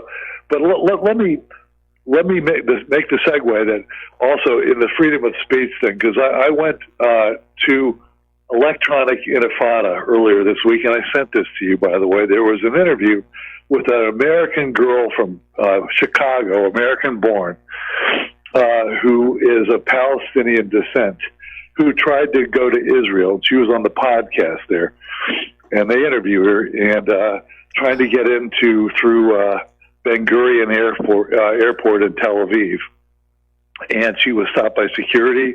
She was deported. She kept saying, I'm an American citizen, blah, blah, blah. Well, one of the things, not only, it's interesting because she recorded this. She secretly recorded it with her phone. It meant nothing to them that she was an American citizen. They were so dismissive, it was unbelievable. And the embassy didn't help her. But nevertheless, among the things that came out is they came into her and they told her, we have a picture of you when you were 5 years old, wearing Palestinian garb in Palestine, where she had been visiting relatives there. Now, how did they get that? This girl was 21 or something. This happened years back, and I go back to the fact that, of course, they've been getting all our intercepts. Again, Israel's getting all of our intercepts from the NSA and the CIA and FBI and all the intercepts we have, the texts and tweets and emails and everything. And they dug that up, and that was thrown in her face. It's just her picture. She wasn't doing nothing criminal, and that had real ramifications. But the second thing is, we had a conversation earlier in the week about one of your other callers called in and said that she was denied a job, or they requested because they knew that her politics were bad on the resume or something. Remember that? Yeah. That the corporation stipulated that you couldn't have any political beliefs, and now they can know it because they have access. Corporations have access to your text, your tweets, and your email. By the way, Israel has a very long history, like the ADL, Anti-Defamation League, their big case in the early '90s with Roy Bullock, when the ADL was surveilling black groups and all these stuff, and had to pay a big fine. They kept it quiet. They didn't admit to guilt, but they paid a major fine. But they've been in bed with the Mossad and getting information from the Mossad, just like the drug dealers and the people were getting when the DEA was after people and they were intercepting those phone calls. Remember, and all at once, that's what led to the discovery of that spy ring just before 9/11.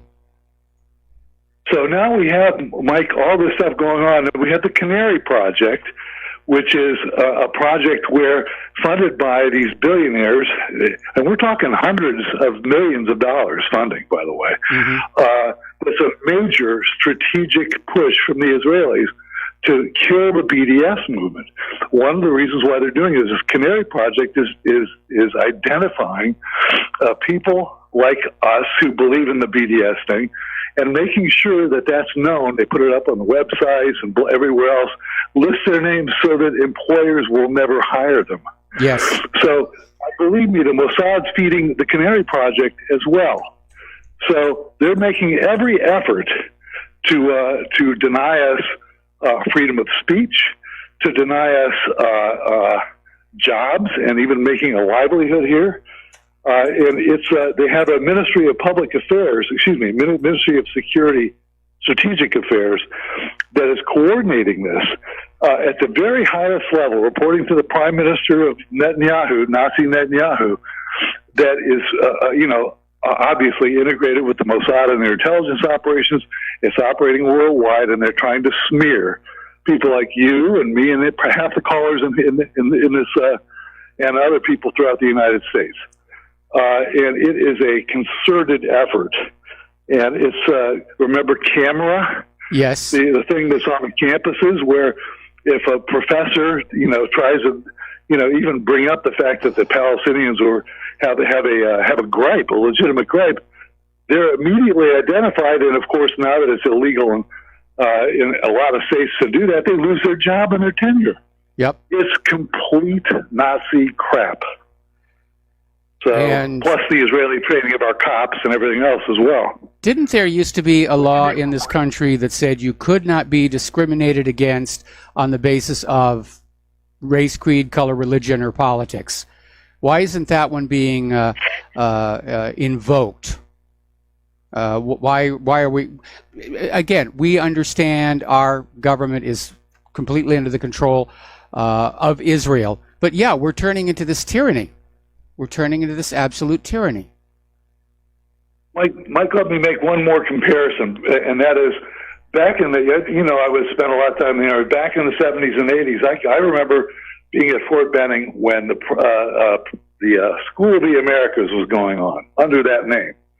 And among other things, they would teach people how to, the old sound-powered phones where you crank them by hand from World War II in Korea. Remember those? Yep. They would teach guys how to attach them to the genitals and electrocute people and stuff. They were teaching torture. But what we did was we got the military officers, but mostly policemen from Latin America and all around the world, young ones who would come in. They'd go through this indoctrination. Frankly, they would become agents of influence for the United States. Yes. Well, that's what the Israelis are doing with their training program in the United States.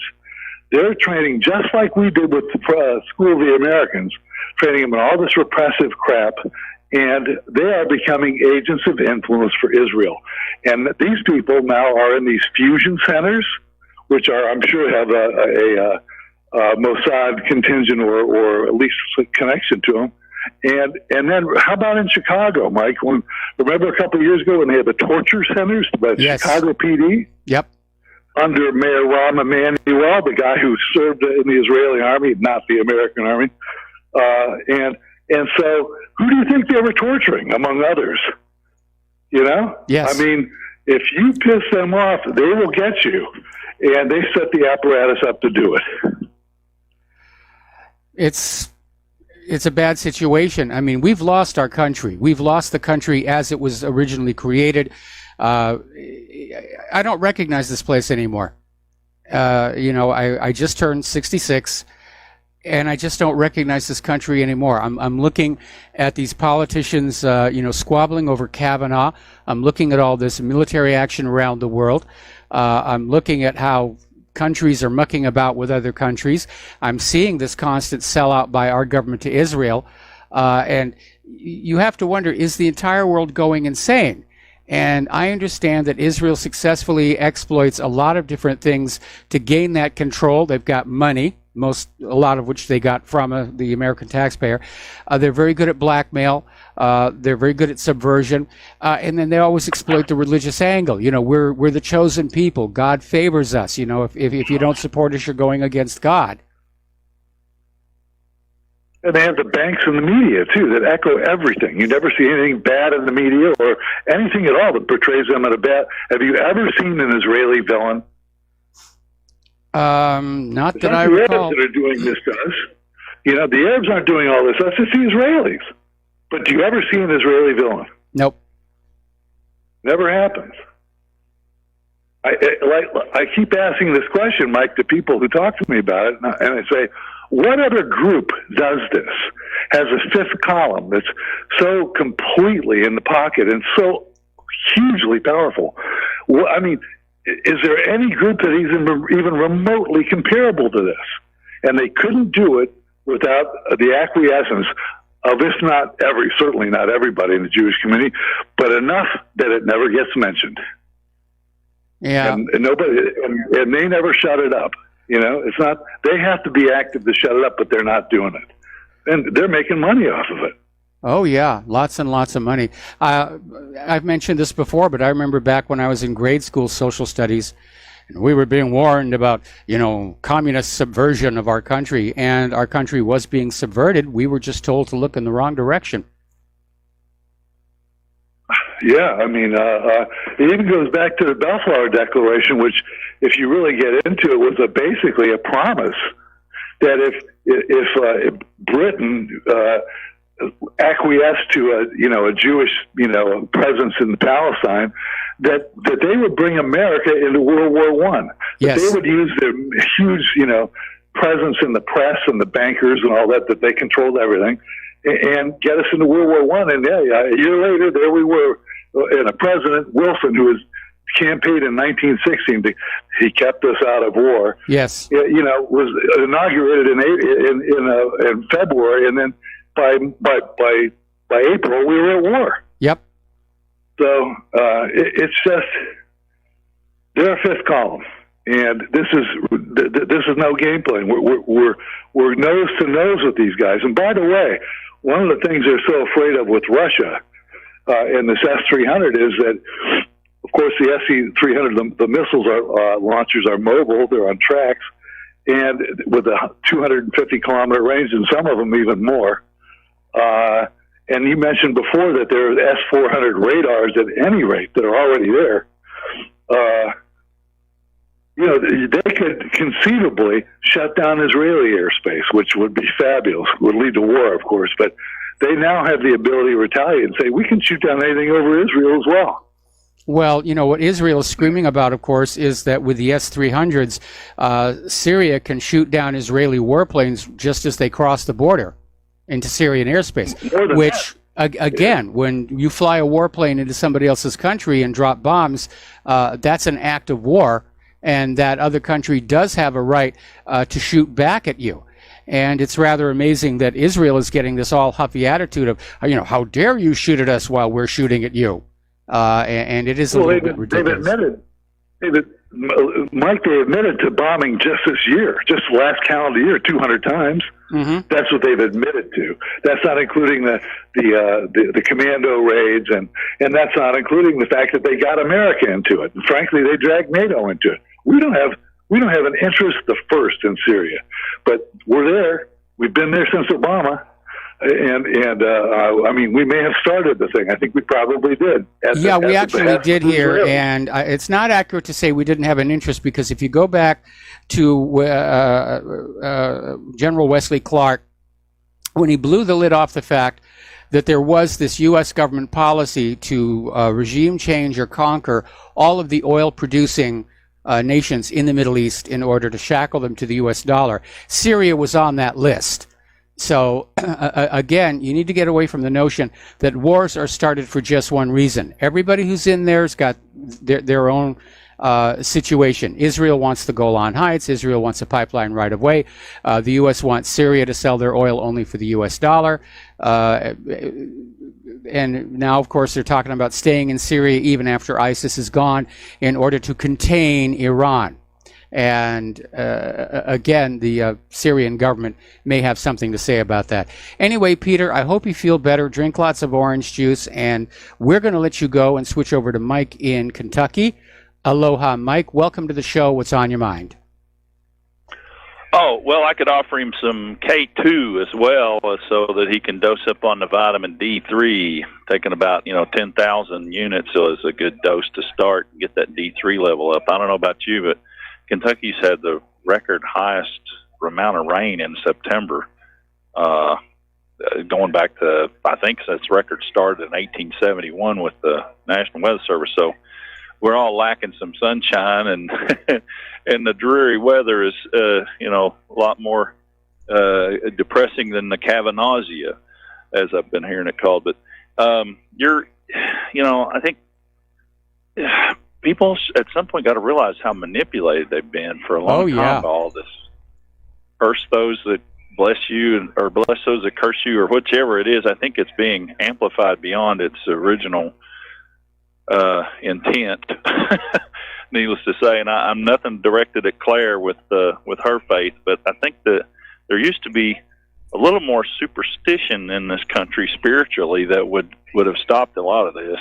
I mean, I heard a lot of people talk about how America is not going to be redeemed by some kind of fixation on God, but I think back when people were a little more superstitious about that sort of stuff, it wouldn't have never been allowed to get this far. As far as I have to disagree with that, because if you go back to a time when people were much more superstitious about this sort of thing, and look at the Inquisition, the witchcraft trials. Oh yeah, if you can go back that far, sure. Well, that's the counterexample that I think I see the point you're trying to make, that if people are more religious, that we would not have these societal problems. It doesn't hold up when you look at history. In fact, very often you'll find that highly religious societies are often more violent. And again, look at some of the countries we have over there in the Middle East.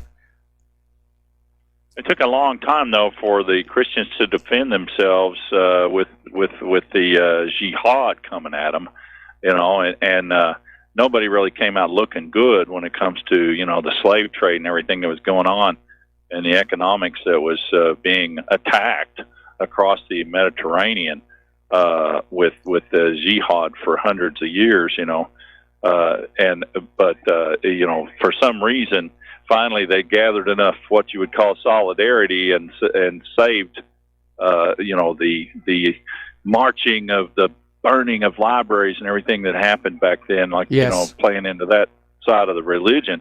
And there's no telling how much stuff we lost because it didn't have any steel in their spine, I guess you could say.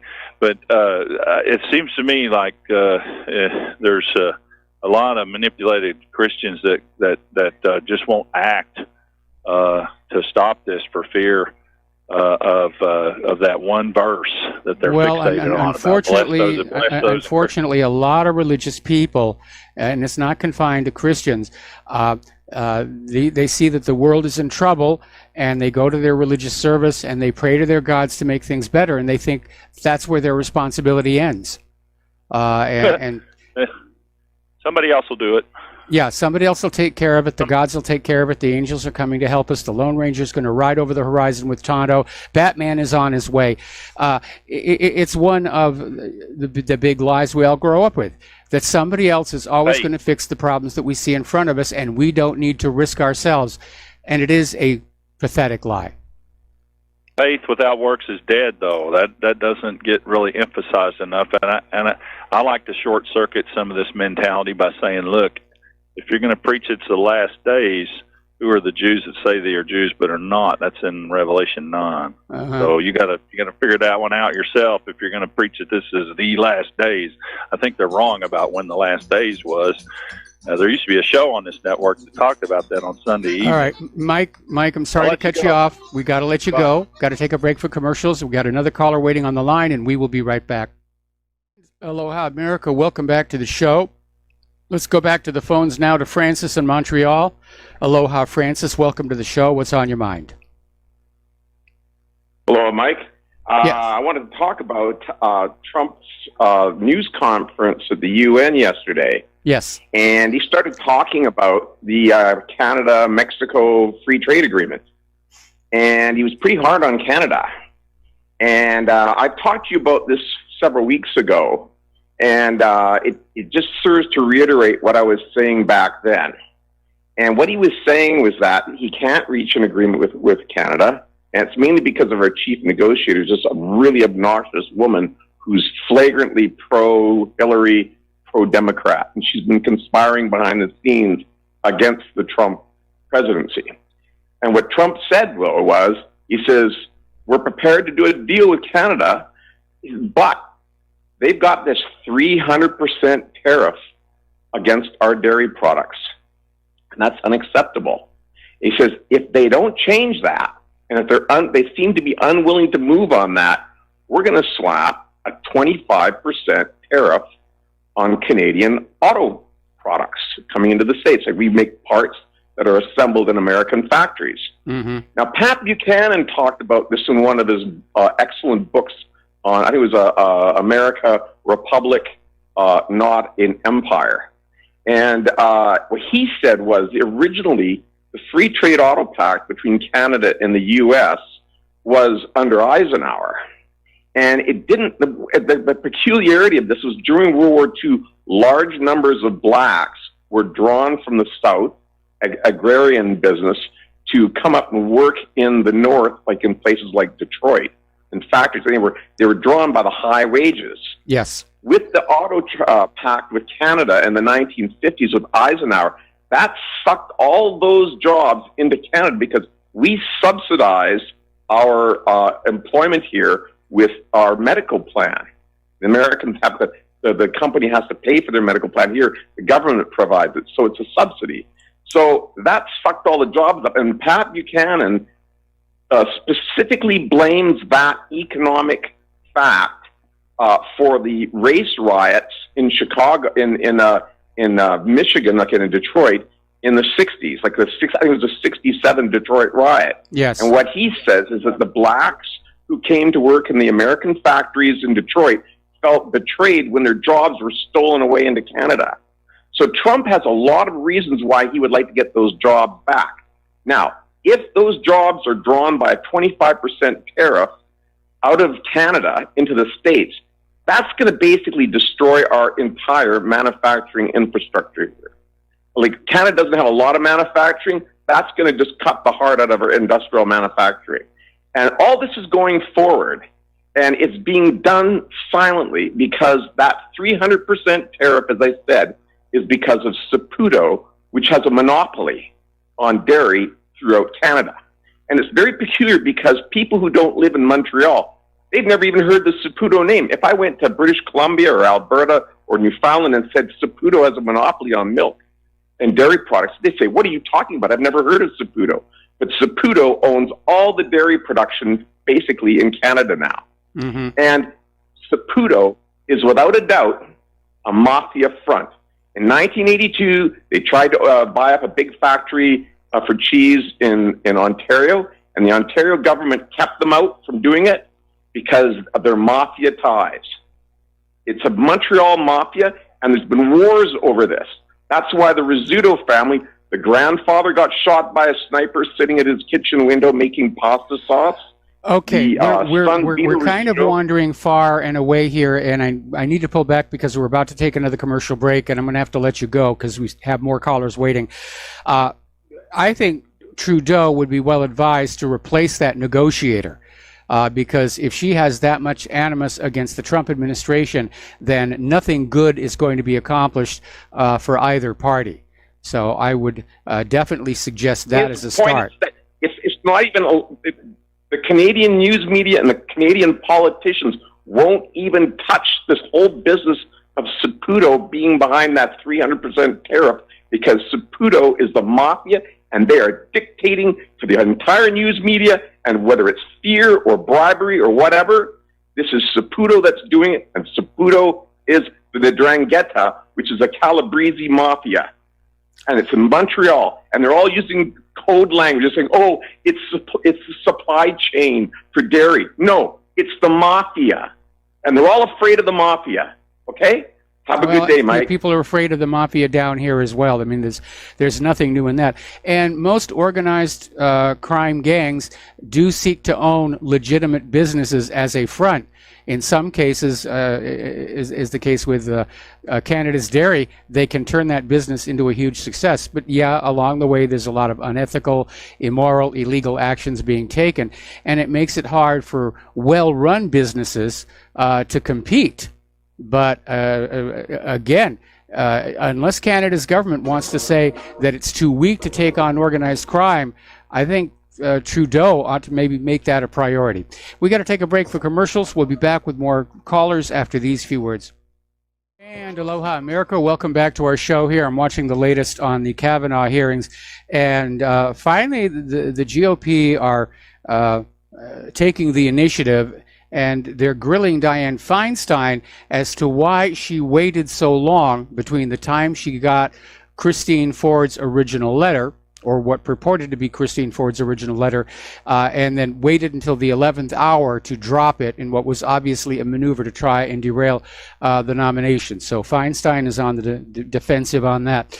Okay, let's go back to the phones here. And Frank in London, thank you for waiting. Welcome to the show. What's on your mind? Well, number one, Mike, you really got to question whether the Dems, if some of these people, you've got to question whether their brains are melted down on taking too much Prozac or something. I would agree with that. I would agree with that. You know, there's actually a pharmacy inside the U.S. Capitol building. Yeah, I wouldn't be surprised, but I have to admit, I didn't know Lindsey Graham has got it in him. He really went. He was an attack dog today. I'm neither for the Dems nor the Republicans. However, because I look at it, it's like the crocodile versus the alligators. Yes. But and that's based on some of the crazy foreign policies that's going on. But I must admit, they really went on the attack. I didn't know Lindsey Graham had it in him because he really let rip. I was very impressed with him. Yeah. And I have to admit, the Republicans are looking rather good.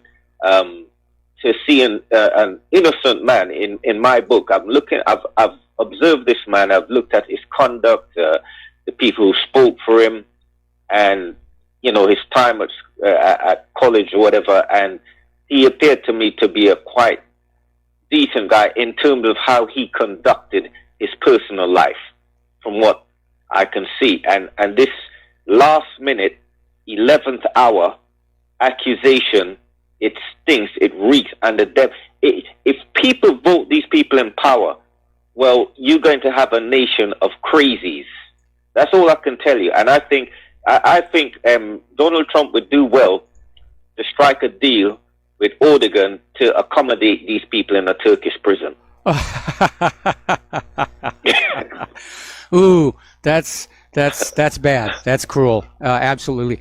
But I've raised the possibility before. I mean, so many people are taking these prescription psychiatric medications, and that has to include our leaders as well.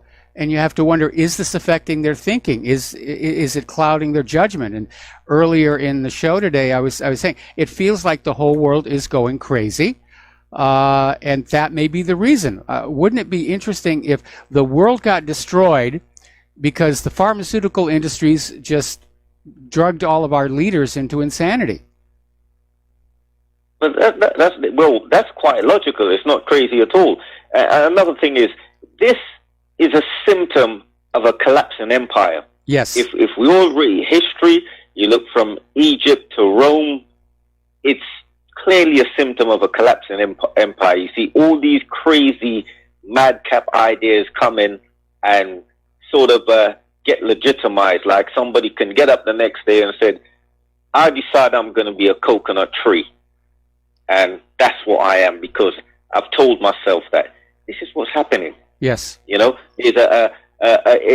seems to be a degeneration of civilization happening right before our eyes. Forget about the technology or whatever, because that's just masking a degeneration of people's behavior. That's what's happening now. Yeah, but you're getting on back to what you're saying. Yeah, it is a symptom of a collapsing empire. There's no doubt the United States of America, as we have known it, is coming apart at the seams. And a lot of it is this very bizarre behavior that is actually being encouraged in some quarters, like men using the women's restroom and gender fluidity and all the rest of it. It's people are obsessing about these things.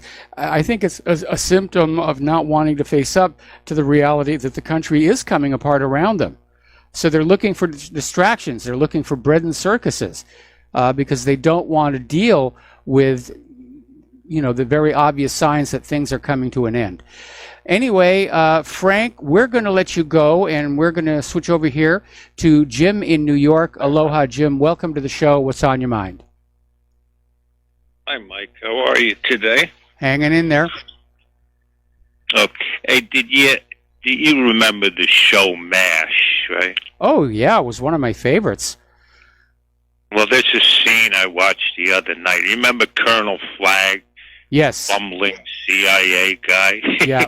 He says, I think it was Frank Burns he was talking to. He says, the CIA can supersede anyone. Frank Burns says, except the president, of course. And then Colonel Flagg says, give us time. Well, that was made in... That series was made for a contemporary audience, and even back then, people understood how out of control the CIA was. And the Flagg character was a caricature, of course.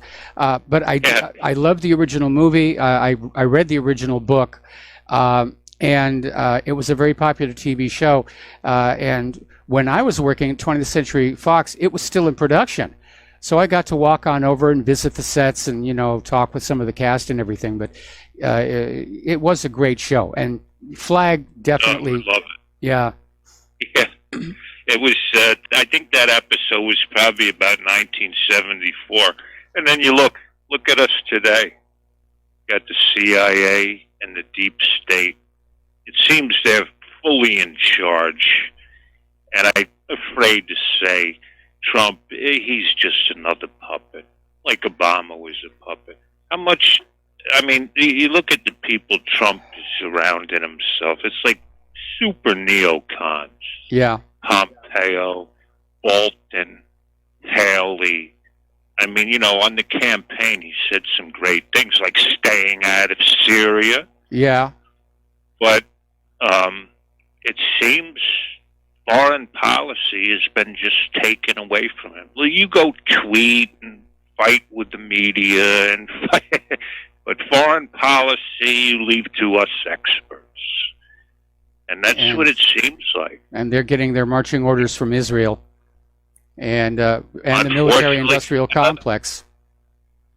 Another thing I thought, I remember, and I was kind of like Trump during the campaign, but after he won, and there was Netanyahu giving his congratulations, and he was just beaming with happiness.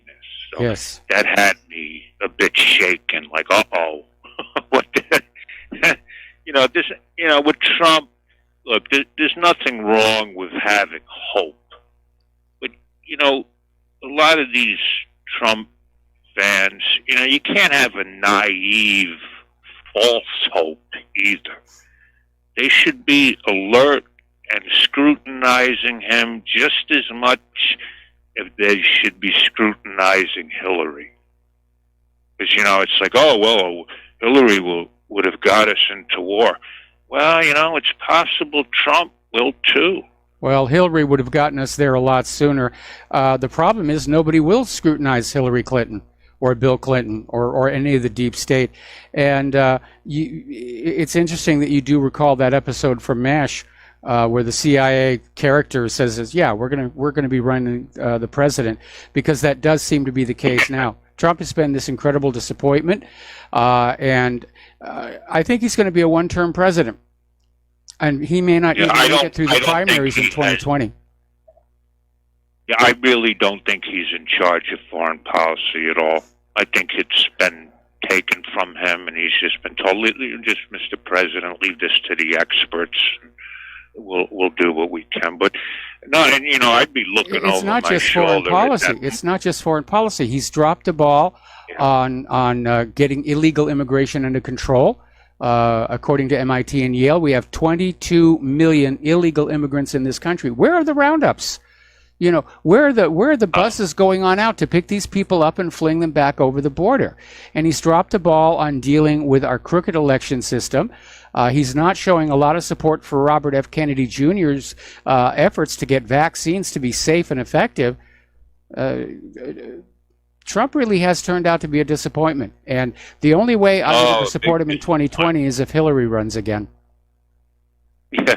Well, I tell you, though, if I were Trump, I'd be looking over my shoulder at that Mike Pence. Oh, he gives me the willies. That Pence, I would be like Kennedy should have been looking at LBJ if he wasn't already. Well, yeah, actually he was. Willies. Actually, he was. Kennedy was planning to replace LBJ as vice president during the second term. And LBJ found out about that because one of his staffers was roommates with Mary Jo Kopechne, who was a Kennedy party girl. And she knew that Kennedy had been talking about, trying to get a different VP for the second term. So Johnson knew that he was going to be out. That would be the end of his political career. And of course, later on, Mary Jo Kopechne died in that that car with Ted Kennedy. Oh, another thought I had. You've seen all these movies of Churchill. There's like 3 Churchill movies out. Yep. And I'm thinking, why are they deifying Churchill? I think there's a war coming. Well, of course, I've been worried about that for 5 years.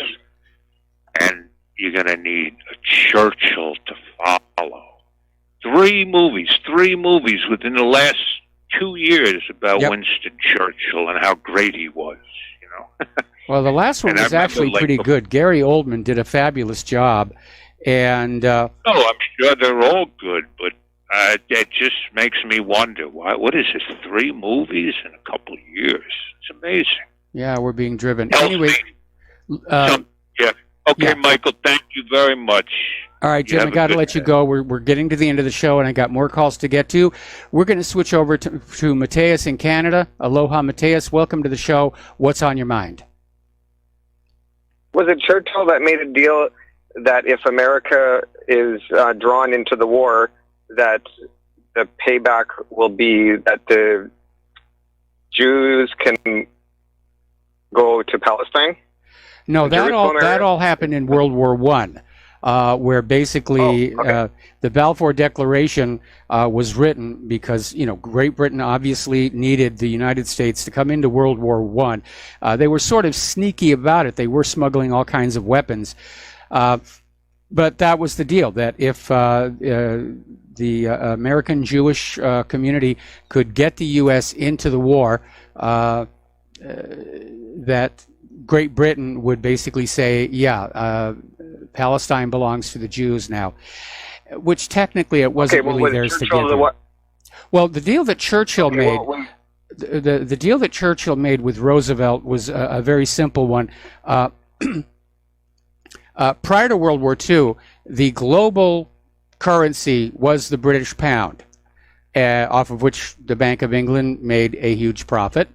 And Roosevelt basically held out getting the U.S. into the war until Britain was really on the edge of collapse to force a deal where Britain would agree to surrender the pound's role as the global currency and allow the dollar to take over.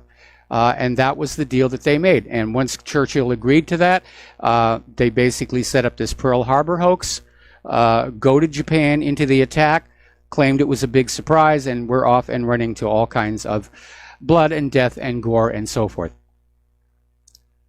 Right. So we can remember this goading the Japanese following like a 1 year, 10-step program approximately to goad the Japanese into Pearl Harbor. It was an 8-step program. Let's just remember that while we're watching all these glorifying movies for Churchill. We're going to remember that.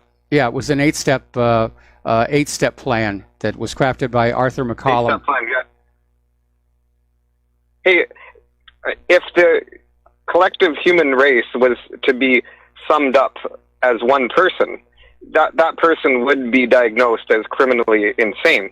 Because if a person solved their problems by raping and stealing and assaulting and murdering everybody, 9 times out of 10, that's their go-to way of solving problems, that they would just be locked up as criminally insane. And really, the problem with the world is that the mentality, when you put all of our mentalities together, it ends up being an insane group consciousness, but we're not aware of it.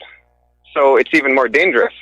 And so I wanted to say that I'm really surprised that it's still politically correct to kill people on a country level to solve disputes. You notice that? It's like, we're selling $1 billion worth of weapons from here, and we're moving S-400 weapons there, and we're shot down the plane here. Nobody's saying, oh, this is completely insane that we think it's okay to murder people to solve our disputes. People never address the question. In 50 or 100 years.